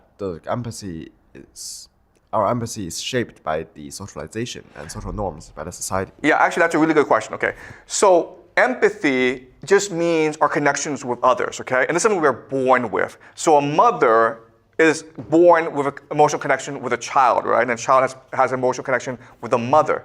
And over time, as this connection grows, their empathy develops. And this empathy almost becomes telepathic, so that even if the child is in school and the child is bullied, the mother is washing her clothes. She's like, I don't feel right. Maybe I should call the teacher and ask how my child is doing, okay? Okay? So that's what empathy is. Empathy just means a natural emotional connection that we're all born with. But it's entirely possible, and we know this from our society, to break that connection by sending the child off to school, by having a child online too much, by having a child watch television too much, okay? Breaking that emotional connection. And once the emotional connection is broken, remember, empathy we crave empathy, we crave emotions more than we crave food.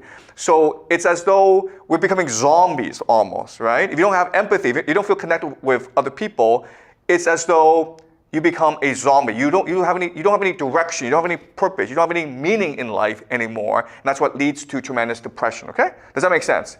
So we are not socialized into empathy, we are socialized out of empathy. We're born into empathy.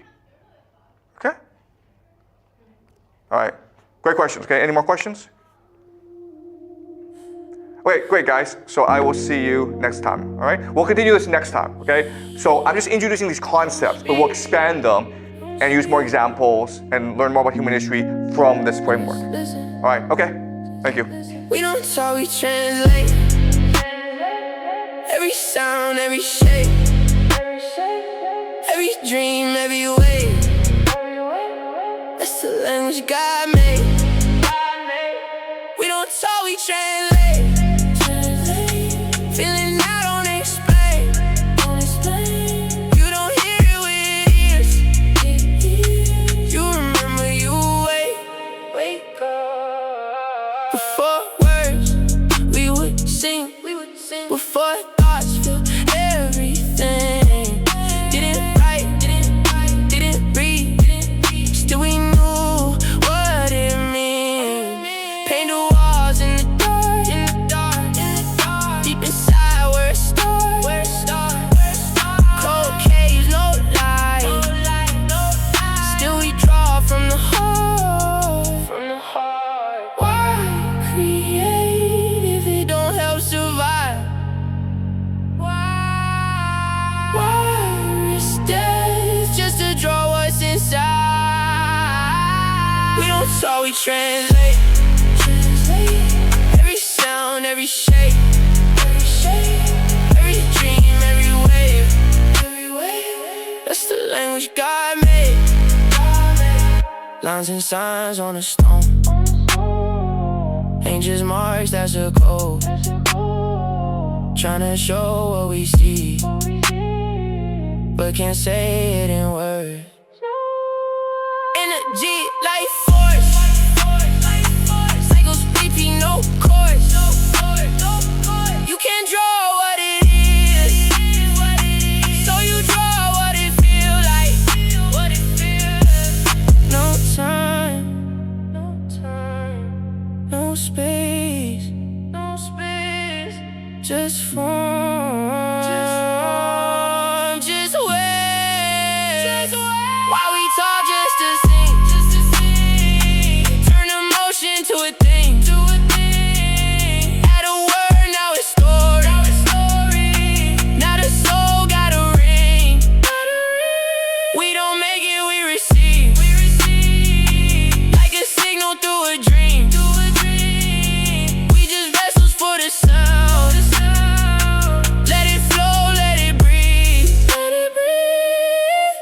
You don't learn it, you remember.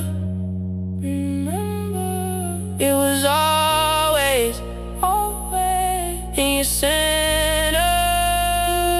We don't talk, we translate. Every sound, every shape, every dream, every way. That's the language God made. We don't talk, we translate. Feeling I don't explain. You don't hear it with ears. You remember you wake up. Yeah. It ain't words, it's a feeling.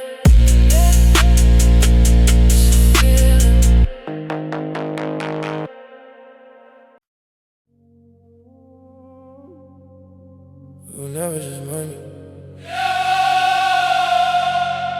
It was never just power. We came from something they can't put a price on. No price. Something they can't algorithm. We bring heaven down. We bring heaven down. Right here, right now. No fear, no doubt. live for cash. We live too fast. We built this world. Ain't built to last. They told me chase money, chase fame, chase power, chase it, chase it, chase it. But back in the day we were dancing for hours, all night, painting on caves, talking to stars. Now we stuck in the system, forgetting who we are. We used to feel everything, color and sound. Feel it. Now it's all numbers, head in the cloud. Lost. They say survival, fight to the top. Fight. But we used to love, now we don't stop. Don't stop, don't stop, don't stop, don't stop, don't stop. Curiosity built us, not the chains they give us. The explorers, creators, now they want us obedient followers. Nah, nah, nah. Where we come from, where we go. Go, while we here. Here, they don't know.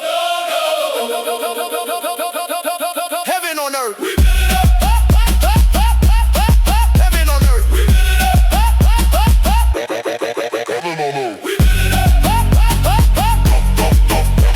We build it up. Take it higher, higher. Vision so big, can't fit in the screen. No screen. We see what they can't see. Can't see. Blind. Open your eyes, open your eyes. Ancient minds, yeah, they different. See the stars, no system. Navigate waves, no sleep. Whole ocean mapped in the brain, so deep. They said we evolved, but we lost that sight. Lost imagination, lost that light. Where they go? Now we scrolling, stuck in loops. While they build pyramids with no blueprints. None. That's vision. That's faith. 20 years, no breaks. No, we rush. Cut corners, everything fake, everything shorter. Fake. You feel it, don't you? You know it's true. They gave us peace, but we starving inside. Gave us followers, but nobody ride. Gave us filters, but we losing our face. Gave us the world, but we stuck in one place. Ancestors danced in the rain for the crops. We panic when the Wi-Fi drops. They spoke to the wind, read the earth like a book. We can't even sit still long enough to look. Just look. Something shifted. Feel the frequency lifting. Gen after gen, we remember. The fire they couldn't dismember. Fire. We never forgot. They sold us a lot. But we still here. And we don't fear. We still here. We never forgot. They sold us a lot. But we still here. And we don't fear. No fear. Louder. I can't hear you. Louder. Don't fear.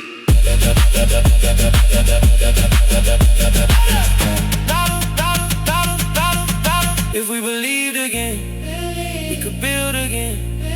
If we dreamed again, we could see again. If we listened again, listen to the voice within. If we trusted again, we could transcend. Heaven on earth. We are the way.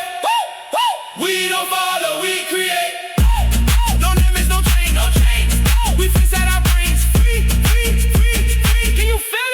Can you feel it? I don't wanna mention, I wanna move it. I don't wanna level, I wanna improve it. Give me a drive that think past the timeline. Give me a reason that ain't just a bottom line. Red campfires, we got group chats. We got elders, we got clickbait.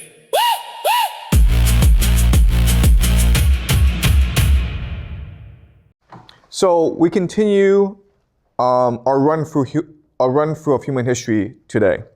So last class we did cave paintings, and what I will do from now on is I will highlight some YouTube comments for us to review what we learned last class, but also as a chance for us to better engage the YouTube audience. Okay, so this comment comes to us from Gary Zorakowski, and he talks about the cave paintings. He says that it is possible they created art everywhere, the paintings only survived in the caves. And the answer is absolutely. So back then, during the Ice Age, they made these cave paintings as a ritual, as a celebration of their religion, to express their imagination. They really didn't care about leaving a legacy. That comes later, okay? So that's a very important comment, so thank you. this man says that when I was talking about Beethoven, he points out that Beethoven wasn't born deaf. He became deaf much later as an adult. And that is true. But one thing about Beethoven that people don't really discuss is that he probably had synesthesia, okay? And this is just a fancy word meaning the mixing of senses. So some people are born with special talent, and so what happens is that their senses get mixed up. So when people hear things, they actually see things. Okay, so the classic example is the idea of pitch perfect. So there are some people, musicians, when they hear something, they can tell you exactly what the pitch is. Is it C minor, D major? Okay, and the reason why is when they hear something, they see a color. Okay, so they mix the audio sense with a visual sense, and that's part of the situation with Beethoven as well. So a lot of really talented people in life, what happens is that they mix up their senses. Okay. Another person is Leonard Euler, who was a mathematician, and this YouTuber says that the Pirate Bay, he says that he probably did his best work after he went blind. And the reason why is that when you go blind, you're able to imagine much more strongly and much more deeply, okay? So he's able to see the math in his head, okay? This man says that I also learned from indigenous people that they don't produce trash and garbage. And that's something that's very true for most of human history. For most of human history, we saw ourselves as part of nature. And so when you go to someone's house, you don't leave trash. Same thing for primitive people, okay? They saw themselves as interconnected with nature, and so they have to respect nature, and therefore they had to keep it clean, okay? All right. So from now on, we'll just highlight some YouTube comments. Okay, so let's talk about heaven on earth. So we did the Ice Age. And now what's happening is that the planet, it's warming up, and it allows for agriculture, and it allows for settlements. Okay, so now we will discuss today what happens during this time as the population grows and as we settle down to form cities. Okay, so let's review what we learned last class, because in this class, we don't learn facts or places. We learn about ideas and concepts. So if you want to understand human history, you need to internalize certain concepts. So in history class, in our culture, you're taught certain myths about who we are, okay? So I'm going to go over some of these myths and show you they're wrong, explain why we have these myths, okay? So the first myth is that we are materialistic. We like money, sex, and power. Okay? The truth of the matter is that throughout most of human history, we had three goals or three concerns. The first is that we have a religious impulse, and we want to express this religion through art, through music, through dance. And what I mean by religion, I mean that we have three questions in our heads. The first question is, where do we come from? Second question is, why are we here? And the third question is, where are we going? That's why we had religion, to answer these three questions. Okay? And that's why we still have religion today. Second thing about us is that we're all diverse and we want to differentiate ourselves. We want to stand out. And the last thing is we are curious and we want to explore. That's fundamentally who we are. Then the question then is, why are we telling you that we're materialistic? And the answer is, it's better to control you, okay?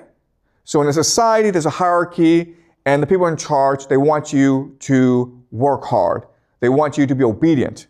But if you believe that you want to explore, then you're not going to be obedient enough, okay? Does that make sense? Okay, second myth is, and this is going to be hard for you to understand, what you're taught is that the nuclear family, father, mother, children, that's the most natural human unit. And it's not true. Actually, if you look at most ancient societies, the most natural organization is that women are usually in control. Why? Because women have complete autonomy over their bodies. So they can choose who to have sex with. And that's where the power comes from. They control access to sex, which gives men pleasure. And with this power, they often choose to sleep with as many men as possible. Okay? And there are 3 reasons why they choose this strategy.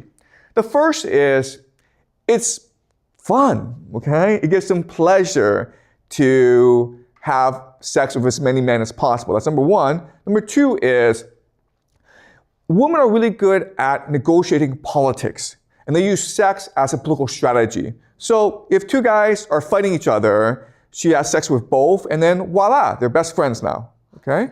So women are very good at managing emotions through sex. Okay? And then number 3 is the most important. If you're a woman, you want to make sure that all your children grow up successfully. They don't die. Okay? And they're happy and they're healthy.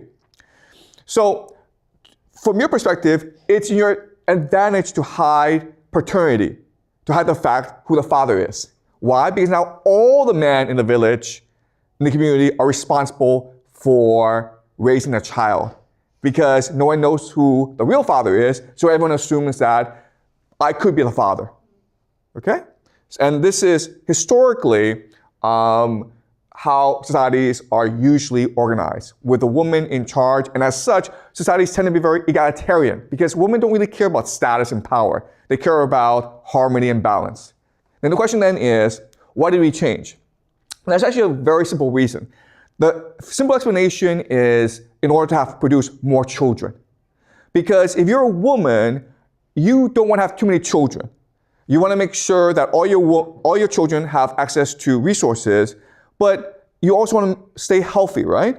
If you have too many children, it's possible you could die in childbirth. It's also possible that your children die in childbirth as well. So women have always practiced population control. But when we switch to a patriarchy, now we can have as many children as possible, okay? Because now women are basically become slaves, and their main duty is to have as many children as possible. And that's why after the transition from matriarchy to patriarchy, a lot of women start to die, okay? So that's number 2. Number 3 is humans believe in survival of the fittest. And that's not true. Historically, if you look at how societies are organized, we tend to be compassionate. We look after the ill. We look after the elderly. We look after the weak. Okay, that's who we are. We have empathy. We care about other people. So why do we believe in survival of the fittest? It's to create fear and anxiety. Okay, if you have fear and anxiety, you work harder, but also it's easier to control you. Any questions so far? Okay, all right, let's continue. Number 4, humans have gotten smarter over the centuries. And one thing that you will learn in this class is that's not true. Humans have always been smart, but we've expressed our intelligence in different ways. So primitive cultures, they express themselves through art. They had better memories, they were more sensitive, and they were more resilient than we are. So why are we taught that we're smarter? The answer is confirmation bias, because everyone likes to believe that we're smarter than the people who came before us. Okay? So now let me give you an example of how smart they were. So let's just say that you have a boat and you want to navigate the Pacific. Okay? That's very hard to do, and you usually need a computer. Why? Because there's so much information that you need to process in order to navigate the ocean. Okay, so let's go over some of the information. All right, so these are the Polynesian people. What's amazing about them is they settled the entire Pacific. Wherever there's an island, they had a settlement. And this is a testament to our desire to explore the world, okay? What is fascinating is how they did this, because if I were to put you in a boat in the Pacific, you'll probably die, okay? And that's true for most people. So the question then is, how do they navigate the Pacific? Well, what they did was this. They built boats that allow them to navigate the Pacific. But as you can see, these are not large boats, okay? So they had to get to an island fairly quickly. So what they needed to do was read the stars. So in their heads, they were able to map up the stars, and from the stars, figure out exactly where they were. They also had to memorize oceanic currents, okay, how the oceans were moving in order to better navigate the ocean. Also, every island has its own distinct oceanic ecosystem, okay? So there's so much information that they have to take in. They have to look at the wind, they have to look at the oceanic currents, they have to look at the stars. And that's why we have computers to do this for us today. But back then, they didn't have computers. So they had to do this all in their heads, okay? And they had some maps that helped them, okay? So this is a map of the stars, and this is a map of the oceanic currents. But they were all doing this in their head. And what's really amazing is, while they were out in sea, they couldn't sleep, okay? They had to keep track of all this information to know exactly where they were. If they fell asleep, the navigator fell asleep, they got lost, and then they died. Okay? That's the power of the human imagination. Okay, last myth. We evolved from apes. And the truth is that we are imaginative and we can choose our own evolution. Okay? So you're taught in school about the theory of evolution, how we evolved from apes. And maybe our bodies evolved from apes, but our minds did not. Our minds come from somewhere else. Okay? So why are you taught we evolved from apes? It's to justify the power hierarchy, okay? Right? The people in charge are just stronger and better and more fit than we are. All right. So having reviewed last class, let's now talk about the religious imagination, okay? So this is the pyramids. It was built 2400 BCE, and today it's the same pyramids. This is one of the most, yes? Yeah, go ahead. You said that the previous people are like smarter than today's because they can navigate the Pacific like just with the boat and don't sleep. But nowadays we use computer, right? But I think that nowadays we use computer is not because that we cannot navigate the ocean just by a boat and human. Is because this matter is. We could get more precise and accurate information. Okay, that's not true, okay? If I put you on a silver computer, you would die. It's that simple, okay? The computer's not going to help you navigate the ocean, okay? All right, so these are the pyramids, okay? And there's a great mystery as to how these pyramids were built. And you might have on the internet heard silly explanations like, aliens came and built the pyramids, okay? Or maybe the lost civilization of Atlantis gave the technology to the Egyptians to build the pyramids. And this is an example of confirmation bias. We think that we're smart and everyone before was stupid, okay? And what you'll learn in this class is that these people had an imagination that allowed them to build the pyramids. Okay, so I'm going to show you how they built the pyramids. All right, so as you can see, the pyramids are extremely complex structures, okay? And first of all, there's debate as to what the pyramid is. What are you taught in school what the pyramids are? What is it? Come on, you guys are taught all this in school, right? The pyramid is what? It's a tomb, right? Okay, guys, it's not a tomb. Okay, it looks like a tomb, but it's not a tomb. It's a temple, right? Okay, so how do they build the pyramids? So what happened was that they didn't have blueprints, they didn't have computers, but they had the imagination. So they could see the building of the pyramid in their heads. And what they did was they actually built it from the inside out. Okay? All right? So again, it's hard for us to imagine that they would do this because it's like, wait, you don't have a pen, so you couldn't write it down. You don't have a computer, so you can process all the information. They did it all in their heads. And that's the power of the human imagination. Okay? All right. And as you can see, it was a massive undertaking, huge organization. It took about 20 years and lots of people. And then the question then is, how were they able to organize in such a manner And the answer again is empathy, the imagination. Someone had a vision, and this vision was so compelling that everyone knew exactly what part to play. Okay? Also, what's really important is that in school, you're taught that the pyramids were built because the pharaoh is God, and there's a tomb for the pharaoh, okay? That's really insulting to the Egyptian people. Like all cultures, the pharaoh wanted what's best for his people, okay? So the pharaoh would, in his lifetime, undertake a lot of public works projects, okay, including canals. Okay, so the pyramids were just a public works project, a temple. What's amazing about the pyramids is that we could not do the pyramids today, okay? Back to your point, we have computers. Guess what? We have all these machines, okay? And guess what? We cannot build the pyramids. Why? Well, because the way we work is different from the way they worked before. Let's go over the differences, okay? Ancient times, people had religious devotion.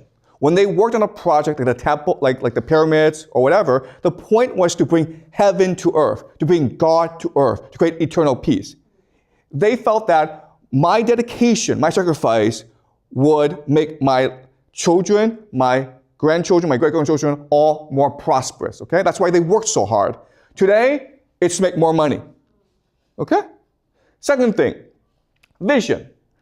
People back then had bigger brains, okay? Not bigger brains, but like stronger imagination. So in their heads, they were able to see the entire vision in their heads. And this vision was able to pass on to other people as well. It was almost like they had telepathy. It was almost like they could see the same thing, okay?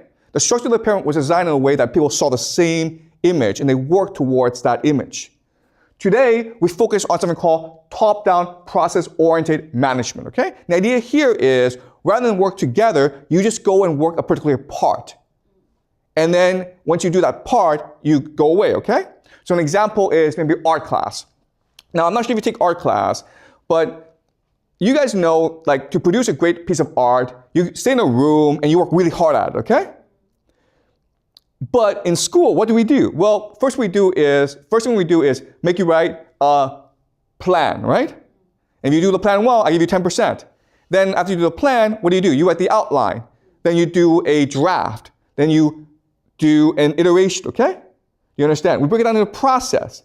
And you think that this would lead to better results. It actually leads to worse results, okay? Because you're no longer focused on the vision, you're just focused on the process. And that's why today, everything we do sucks, okay? I can give you the greatest computers in the world, and you really couldn't do the pyramids, okay? I can give you the best machines, the best computers. It wouldn't matter because you lack that vision. The last thing, and this is most important, is when you have vision, when you have religious purpose, everything you do is careful, okay? You put your best effort into doing it because you're trying to create eternity. Today, you try to do the least amount of work for the most amount of pay, right? So the idea today is to do it as fast as possible, as cheap as possible to maintain a budget. Okay? So do you understand? It's not about how smart you are. It's about your purpose in working. It's about how you work. And that's why everything we do today is just crappy. Okay? All right. Let's go over some examples of tremendous human achievement.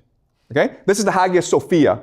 And this was built in 532 in Constantinople. It's still in Istanbul. You can actually take a plane, get on a plane, and fly, and it's still there, guys, okay? This is a modern picture. So you can see the amount of attention and care put into architecture back then, okay? Because it's about bringing heaven to earth, creating heaven on earth. This, and you can see inside how beautiful it is, okay? And so every inch, every piece of the church is just beautifully constructed. Everyone who worked on it was working with the same vision and working with the same dedication. This is the Aachen Cathedral built in 1790, okay? And guys, this is what it looks like today.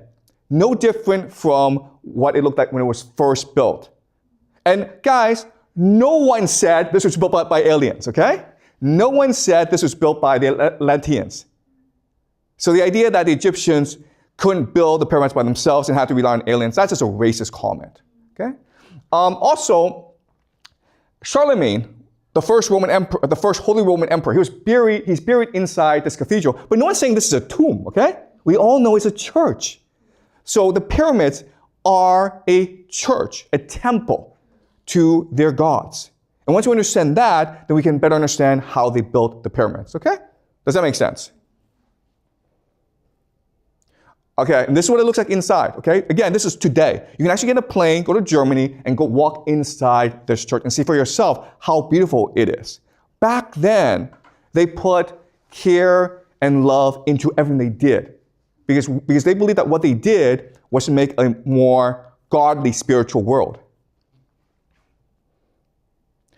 Okay, the Manhattan Project, okay? This is probably the greatest achievement of humans in the 20th century.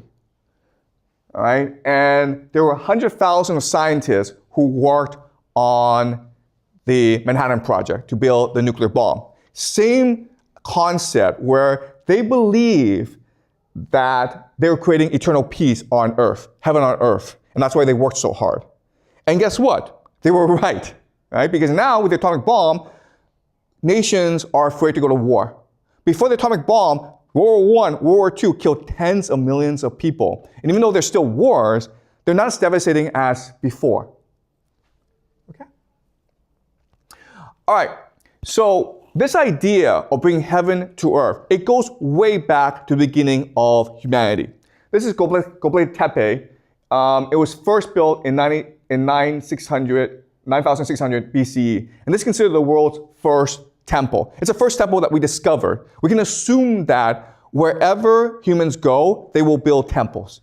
Because, as I mentioned last class, humans are first and foremost religious. They express themselves through, they express their religion through art, architecture, music, dance, okay? And it's an amazing achievement because these pillars, okay, they're really tall. So we don't know how they were able to move these pillars into place.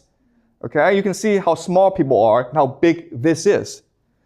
But if you think about what we said about having a vision and then working together to achieve this vision, then it makes more sense. Okay, so let's discuss how they were able to build Göbekli Tepe.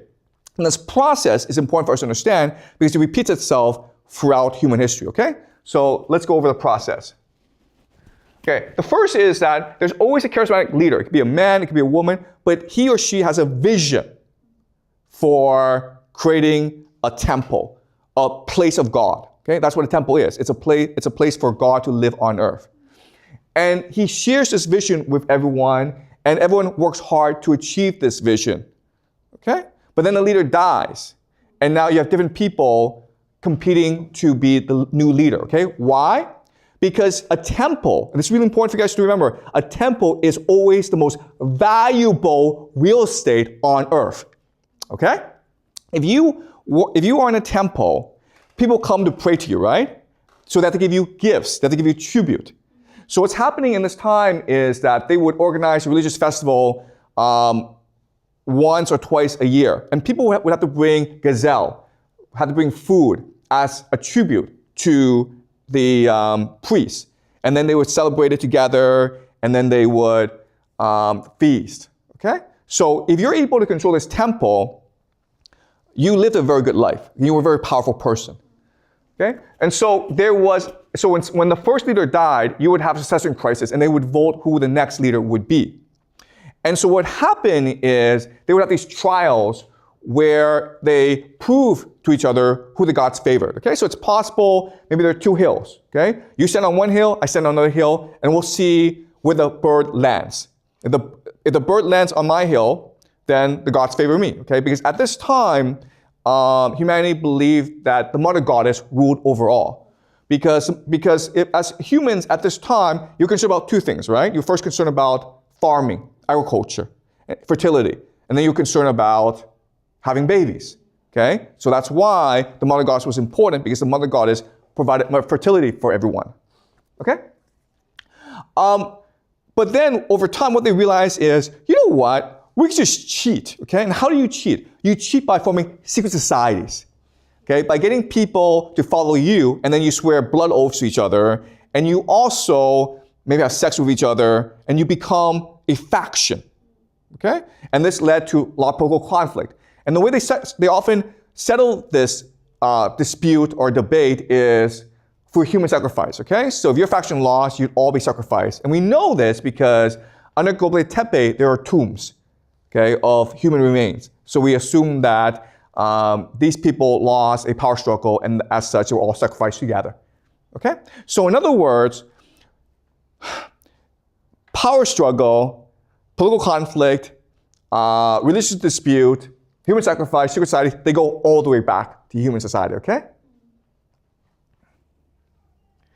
All right, so this is Göbekli Tepe today. Again, you can get on a plane, fly to Turkey, and then go visit Göbekli Tepe. Now, one thing that's really important for us to understand is that with our architecture, there's mythology in place, okay? And here we assume the mythology is the mother goddess with a bird in the sky, and this might be a human skull, okay? So there's a very complex, diverse mythology in place. We don't know what it is, okay? But they had a sophisticated mythology. And also, remember, humans are diverse. So once the mythology becomes established, new people come to establish a competing mythology, okay? So this place is called Karen Tepe. And as you can see, the mythology of this place, it's different. But these places are very close to each other. Okay, so this is maybe the cult of the skull. And the idea here is when people die, you can still communicate with them in the spirit world if you have their skull, okay? Almost the skull becomes a portal into the afterworld. Okay, so you can draw on their wisdom, you can draw on their spirit with the skull. And this called the skull, we see this in many ancient cultures, including in China. Okay? It's what we call ancestor worship.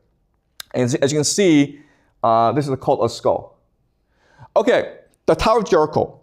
The Tower of Jericho is another settlement. And we just assume that, okay, if it's a tower, it's for defensive purposes. Okay? It's to ward off invaders. But there's actually a much better explanation for the Tower of Jericho. It's a religious temple. Why? Because during the solar equinox, the sun hovers above the temple, and it causes the temple to flood this area with shadow. Okay? So if you are a religious person, you feel as though heaven is coming to you directly. Okay? So you have a ritual, you have a celebration when the solar eclipse happens, and you can feel as though you're ascending to heaven, or heaven is coming down to you. Okay, that's the Tower of Jericho. Okay, Karak Hoyak. Karak Hoyak is one of the first settlements that we found. Remember, Göbekli Tepe is just a temple. So they would go there maybe once or twice a year for a religious celebration, but then they would leave. Okay, Karak Hoyak is where they decided to settle down permanently for decades. Now, in school, you're taught that we started farming because it allowed us to access more food. And so we could grow the population, we could become healthier and stronger, okay? But if you actually dig up bodies of hunter-gatherers as opposed to farmers, what you will realize is, one, hunter-gatherers are taller, a lot taller than farmers. Hunter-gatherers are stronger, live longer, healthier. They have better teeth. Why? Because if you're a farmer, if you're a hunter-gatherer, you have access to lots of different food, right? Meat. And getting the food is actually pretty easy, okay? You can just pick fruit off a tree. As a farmer, you have to work really hard to grow food that's not very nutritious. And often the food is just similar, okay? You're just eating one vegetable, one crop, okay? It's a very limited diet. And also, because of starch, your teeth gets really rotten really fast. Okay? Also, because you're living together in a close quarters, it's really easy for diseases to spread. Okay? So it's hard for us to appreciate this, but being a hunter-gatherer, it's an easy, happy, healthy life. Being a farmer sucks. So the question then is, why they become farmers? For religious purposes, right? So that they could settle down and be with their religion. Okay? Be with a charismatic leader. Okay? Does that make sense? All right. So this is Karahoik. This is the religion of the mother goddess. Okay? And accompanying the mother goddess is the bull. Okay? Because if you think about it, a woman cannot give birth by herself. She needs a male. And this male god is the bull, who represents virility, energy, strength, okay? So they worship both. And as you can see how people are worshiping the bull. This is an image of Karakoyak. It's a very sophisticated community. It's also very egalitarian. And each house is a temple unto itself. Okay? So they have these paintings in order to bring in the energy of their gods that they worship. And that's why they want to stay here, because they want to be with their gods, even though it meant a harder life for them. Okay? This is Karakoyak. As you can see, it's beautiful. This is what it looks like today, okay? All right. This is another image rendition of Karakoyak, okay? As you can see, each house is a temple unto itself. And they bury the dead underneath, okay? So they're trying to practice a religion, like here. Okay. As I mentioned, each house is a temple unto itself. And as you can see how each house is elaborately decorated with, the bowl, with ornaments to their gods and to the religion.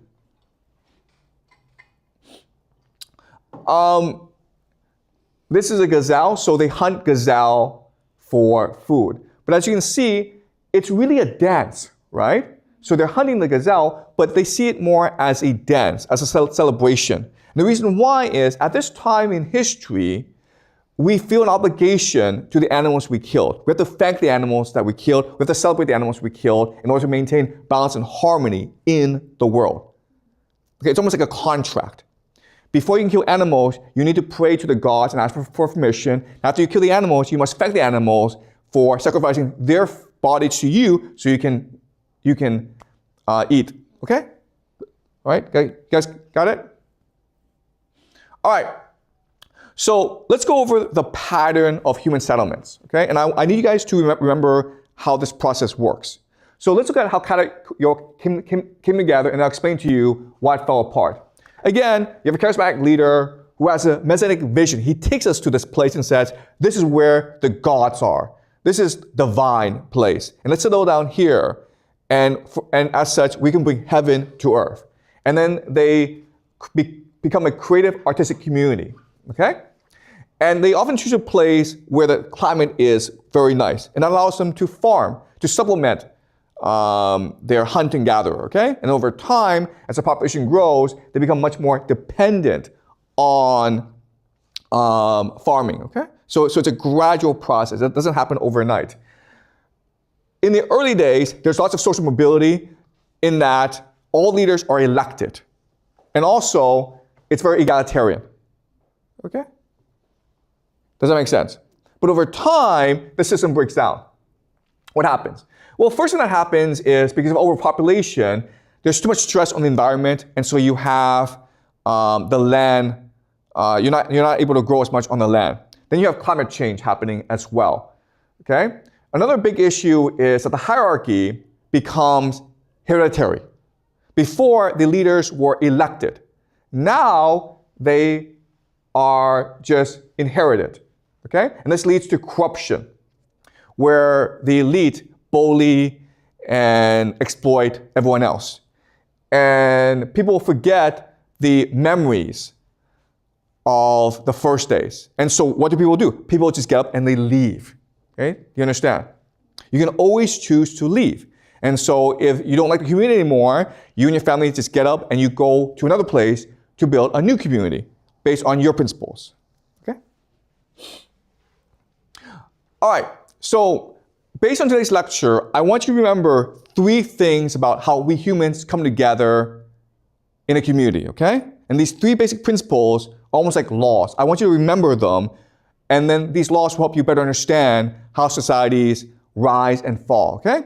The first important principle I want you to remember is societies are fluid and dynamic. They're always changing over time, okay? They're never still.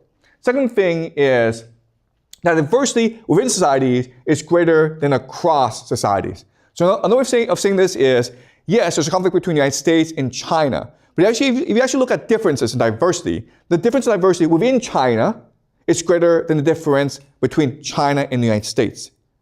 Okay, does that make sense? Okay. And the third law is communities exist in opposition to each other. Okay, so think about the cities in China. Okay, Beijing, Shanghai, Shenzhen, Chengdu, Xi'an. They're all different. Why? Because they want to be different from each other. Okay, but also within Beijing you have Haidian, Chaoyang, Xicheng, different districts, right? They're all different from each other because they want to be different. Okay? So these three laws will help us better understand how societies form, thrive, and ultimately die. Okay? All right. So I'm going to go over some books to highlight certain issues that we discuss in this class. This is The Dawn of Everything by David Graeber and David Wengrow, who are both anthropologists. Okay? And they've looked at different societies. And what they emphasize is diversity and the dynamism of different societies. Okay? So let's look at one particular society, which is the native people of the Canadian Northwest Coast. Okay? These are the native people. And what happens, what's really interesting is throughout the year, they have different social structures. So during the winter, everyone comes together and they form a hierarchy where there are palaces, where there's an aristocracy, and where they're divided into different classes. Okay? But then what's really interesting is that during the summer, people will just go away and start new societies. Okay? This is like really interesting how in different times of the year, when the needs are different, people will choose different social organizations. Okay? People actually adopted different names in summer and winter, literally becoming someone else depending on the time of year. Okay, so a metaphor that you can think of is, think about how when you play World of Warcraft or a different video game, you adopt a different identity, you adopt a different persona. And that's fun for you. Okay, so what's common in the ancient past is for people to adopt different social structures. And they can choose what social structure to go to. Okay? And certain communities still practice it today.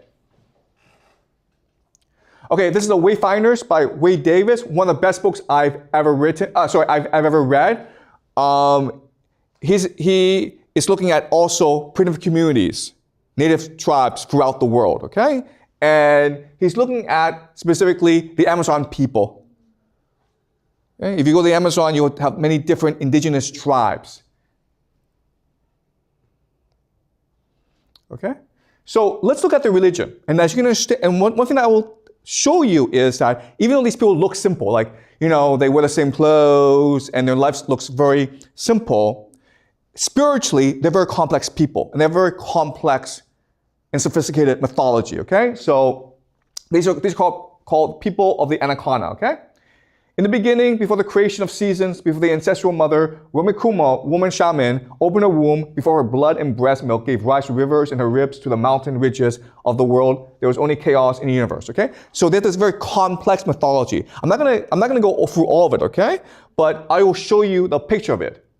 This is a universe that they've created from themselves. It is complete, it is unified, it's very complicated. And that's true for all mythologies. One thing that's really important for them is to maintain balance and harmony in the world, okay? So, like most primitive people, they believe there are different dimensions. And their role is to maintain harmony across these dimensions because that was what guaranteed a happy and prosperous life, okay? So let's read this together. The people living today in the forests of the Parapania, which is the Amazon, the entire natural world is saturated with meaning and cosmological significance. Every rock and waterfall embodies a story. Plants and animals are but distinct physical manifestations of the same essential spiritual essence. Okay? So every plant, every rock has a life force. And they appreciate the diversity, the complexity, the sophistication of different life forces, okay? So even though they can express themselves, they don't have a written language, their minds are extremely vibrant and dynamic and energetic. At the same time, everything is more than it appears, for the visible world is only one level of perception. Behind every tangible form, every plant and animal is a shadow dimension, a place invisible to ordinary people, but visible to the shaman. This is the realm of the He spirits, a world of deified ancestors where rocks and rivers are alive, Plants and animals are human beings, sap and blood, the bodily fluids of the primary river of the Anaconda. Hidden in cataracts, behind the physical veil of waterfalls, in the very center of stones, are the great moluccas of the her spirit, where everything is beautiful, the shining feathers, the coca, the calabash of tobacco, powdered, which is itself the skull and brain of the sun. Okay? You can see how the mythology is very complex and how they imbued it, embedded into their everyday life. Every day when they wake up and they see the world, they see a world of color, of energy, of change. Okay? All right. He continues, among the Brahmasana, such renewal is the fundamental obligation of the living. In practice, this implies the Brahmasana see the earth as potent, the forest as being alive with spiritual beings and ancestral powers. To live off the land is to embrace both its creative and destructive potential. Human beings, plants, and animals share the same cosmic origins and in a profound sense are seen as essentially identical, responsive to the same principles, obligated by the same duties, responsible for the collective well-being of creation. There's no separation between nature and culture. Without the forests and rivers, humans would perish. But without people, the natural world would have no order or meaning. All would be chaos. Thus, the norms that drive social behavior also define the manner in which human beings interact with the wild, the plants and animals. The multiple phenomenon of the natural world, lightning and thunder, the sun and the moon, the scent of a blossom, the sour order of death. Everything is related, everything connected, a single integrated whole. Mythology infuses land and life with meaning, encoding expectations and behaviors essential to survival in the forest, anchoring each community, each Malacca, to a profound spirit of place. Okay? So you can see how sophisticated their imagination is. Okay, so one thing that I discuss continuously, because it's a very important concept, is how everything is a harmonious whole. And so when you kill something, you first need permission. You need to have a contract, okay? This is true through most of human history. So these people are no different. When men go to the forest to hunt or fish, it is never a trivial passage.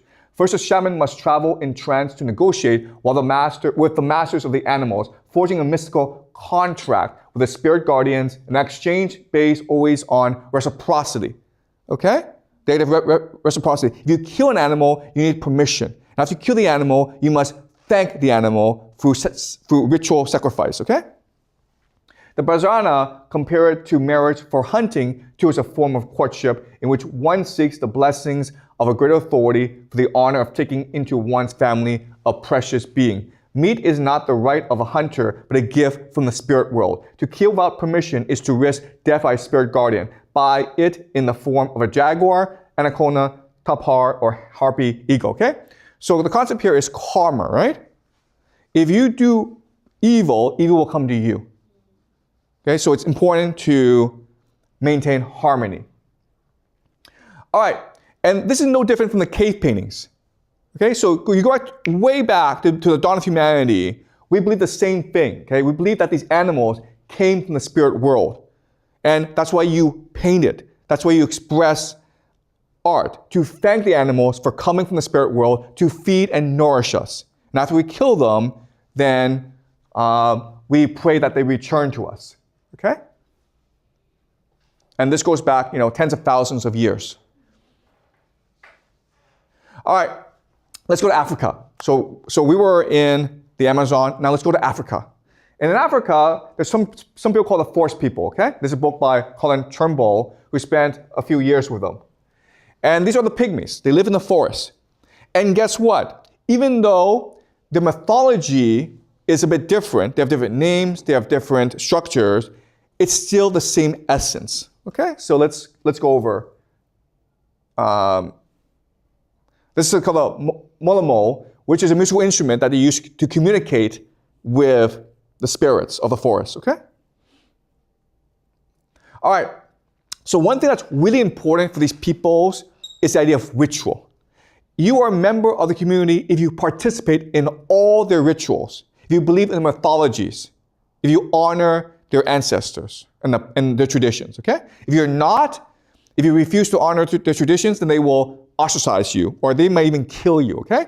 So, the pygmies are having a religious festival, and Colin Turnbull says this: I was told, however, that everyone had to eat just as no adult male was allowed to sleep but had to sing while Malamo singing was in progress. Apparently, one of the greatest crimes that a pygmy can commit, if not the greatest, is to be found asleep when the Malamo is singing. Okay? If you refuse to participate in the ritual, or if you break the seriousness of the ritual, then you are a threat to community, and they will kill you. And they will forget about you, okay? So once they kill you, the woman would be told that the Malamo itself, the great animal of the forest, had carried off one of their number, but like the man, they would ask no questions and would never again mention the missing man. So if you disrespect them, they would not only kill you, but they would forget about you forever. So this is how they explain why they do what they do. Why do they practice these rituals? Why are these rituals such an important part of their lives? Normally, everything goes well in our world. But at night, when we are sleeping, sometimes things go wrong because we are not awake to stop them from going wrong.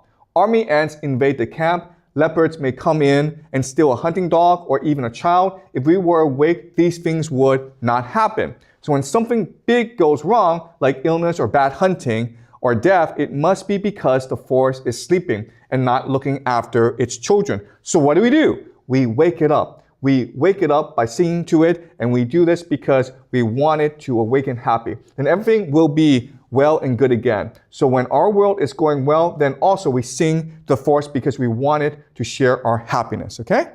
So their idea of God is heaven on earth, where you're connected to the environment around you. Everything that you do impacts the environment. The environment also impacts you as well. So you practice these rituals in order to maintain balance and harmony in the world. Okay? The world is a script. In living, you must follow certain practices in order to respect the traditions of the world. And that's what brings harmony and heaven to the world. And this is something that for most of our history, something that we've understood and we've appreciated. Then the question then is, what do we change? Okay? And we'll be discussing this as the semester progresses. Okay, so that's it. Are there any questions before we end? Yeah. So before you said that people nowadays, okay, so first of all, I totally agree that people nowadays are lack of vision and imaginations, contrast to people back in the days, because of multiple reasons. And so my question is that I agree that people nowadays are lack of vision, but I kind of are a little bit confused about what your argument that we cannot rebuild the pyramid. Because, well, from my point of view, nowadays we have the ability to build skyscrapers or metropolitans, and so what is the factor that kind of stops us to build structures like pyramid? Okay, so the question is, why can't we build the pyramids? Okay, all right, so there are different factors in place. The first is the resources that are required to build the pyramids. It is tremendous, okay? Okay, so to give an example, the stone that, sorry, let me just bring this up, okay? The stone that they use to build the pyramids is enough to build a wall around France. Okay, so the size, okay, is beyond our imagination. Okay, that's number one. Okay, where we find the resource to do this. Second is the question of will. Why would we want to do this? Like, do you want to rebuild the pyramids? Like, okay, well, yeah, that's another problem. Okay, and the third problem is this organization, which is how would we organize the people in a way as to build the pyramids? Because back then, it was a massive undertaking. But again, people were united by a similar vision, which is like, we're bringing heaven to earth.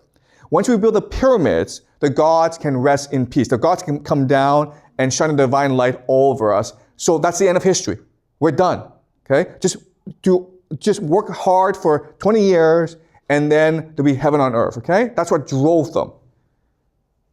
What inspires people today? There's nothing that inspires people today. Okay, like, oh, make $1 billion, make $1 trillion. Okay, that's what inspires people. But you know what? To make $1 billion, it doesn't mean you have to work hard. It just means you have to cheat and lie and steal. Okay. So does that make sense? Yeah, it makes sense. But well, nowadays we people still have religions, right? Let's say Christian is still one of the most powerful religions, and people share. And so, are they capable to build another very tremendous or imaginary structure or buildings? Okay. Okay. So, this is hard, okay, for you to understand. It means it's a different world, and the brains work differently. Back in this age, religion was the end on be all. Okay, you live for your religion. Okay, does that make sense? Today, our religion is capitalism. Okay? So, and capitalism is just make as much money as you possibly can. And the difference is, back during the time of the Egyptians, it was a spiritual age. Okay? So, you sought inspiration from the heavens. And people's imaginations could expand because they would wake up with ideas. Okay? Today, we live in a materialistic age. We just say, we don't believe in God. We don't believe in divinity. We just believe in numbers, in computers, in process. Okay? Does that make sense to you? Okay? It's hard to understand because you live in a time of complete materialism, so you don't understand what it means to live a life of spirituality, of divinity, of trying to bring heaven to earth, okay?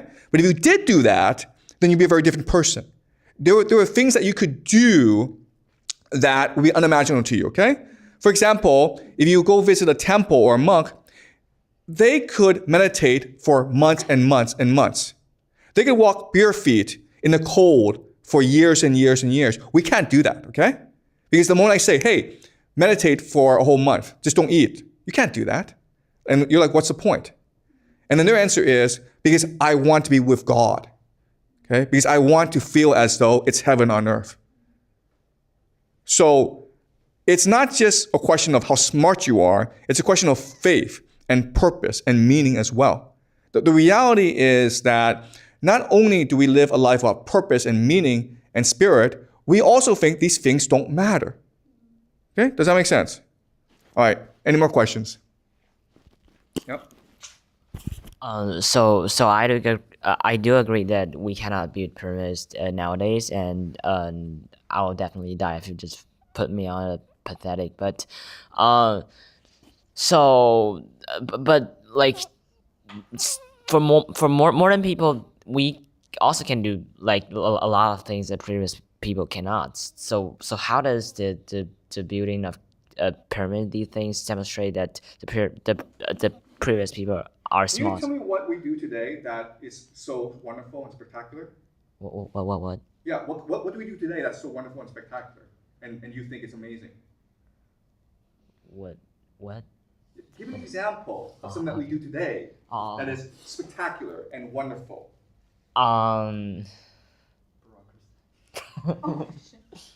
Okay, yeah. I mean, do you have an example? Okay. Okay, well, thank you, okay? Yeah. So give me an example. Any more questions?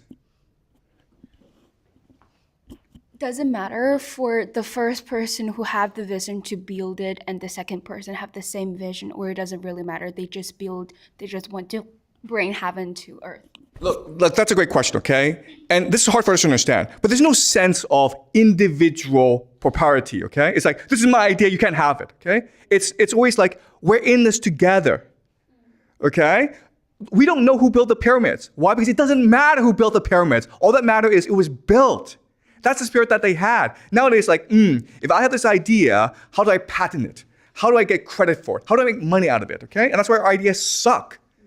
Back then, it was just like, it doesn't matter what my idea is. What matters is this idea is expressed to other people, okay? When you have that spirit, when you have that heart, when you share who you are, then God comes into you and gives you ideas, you understand?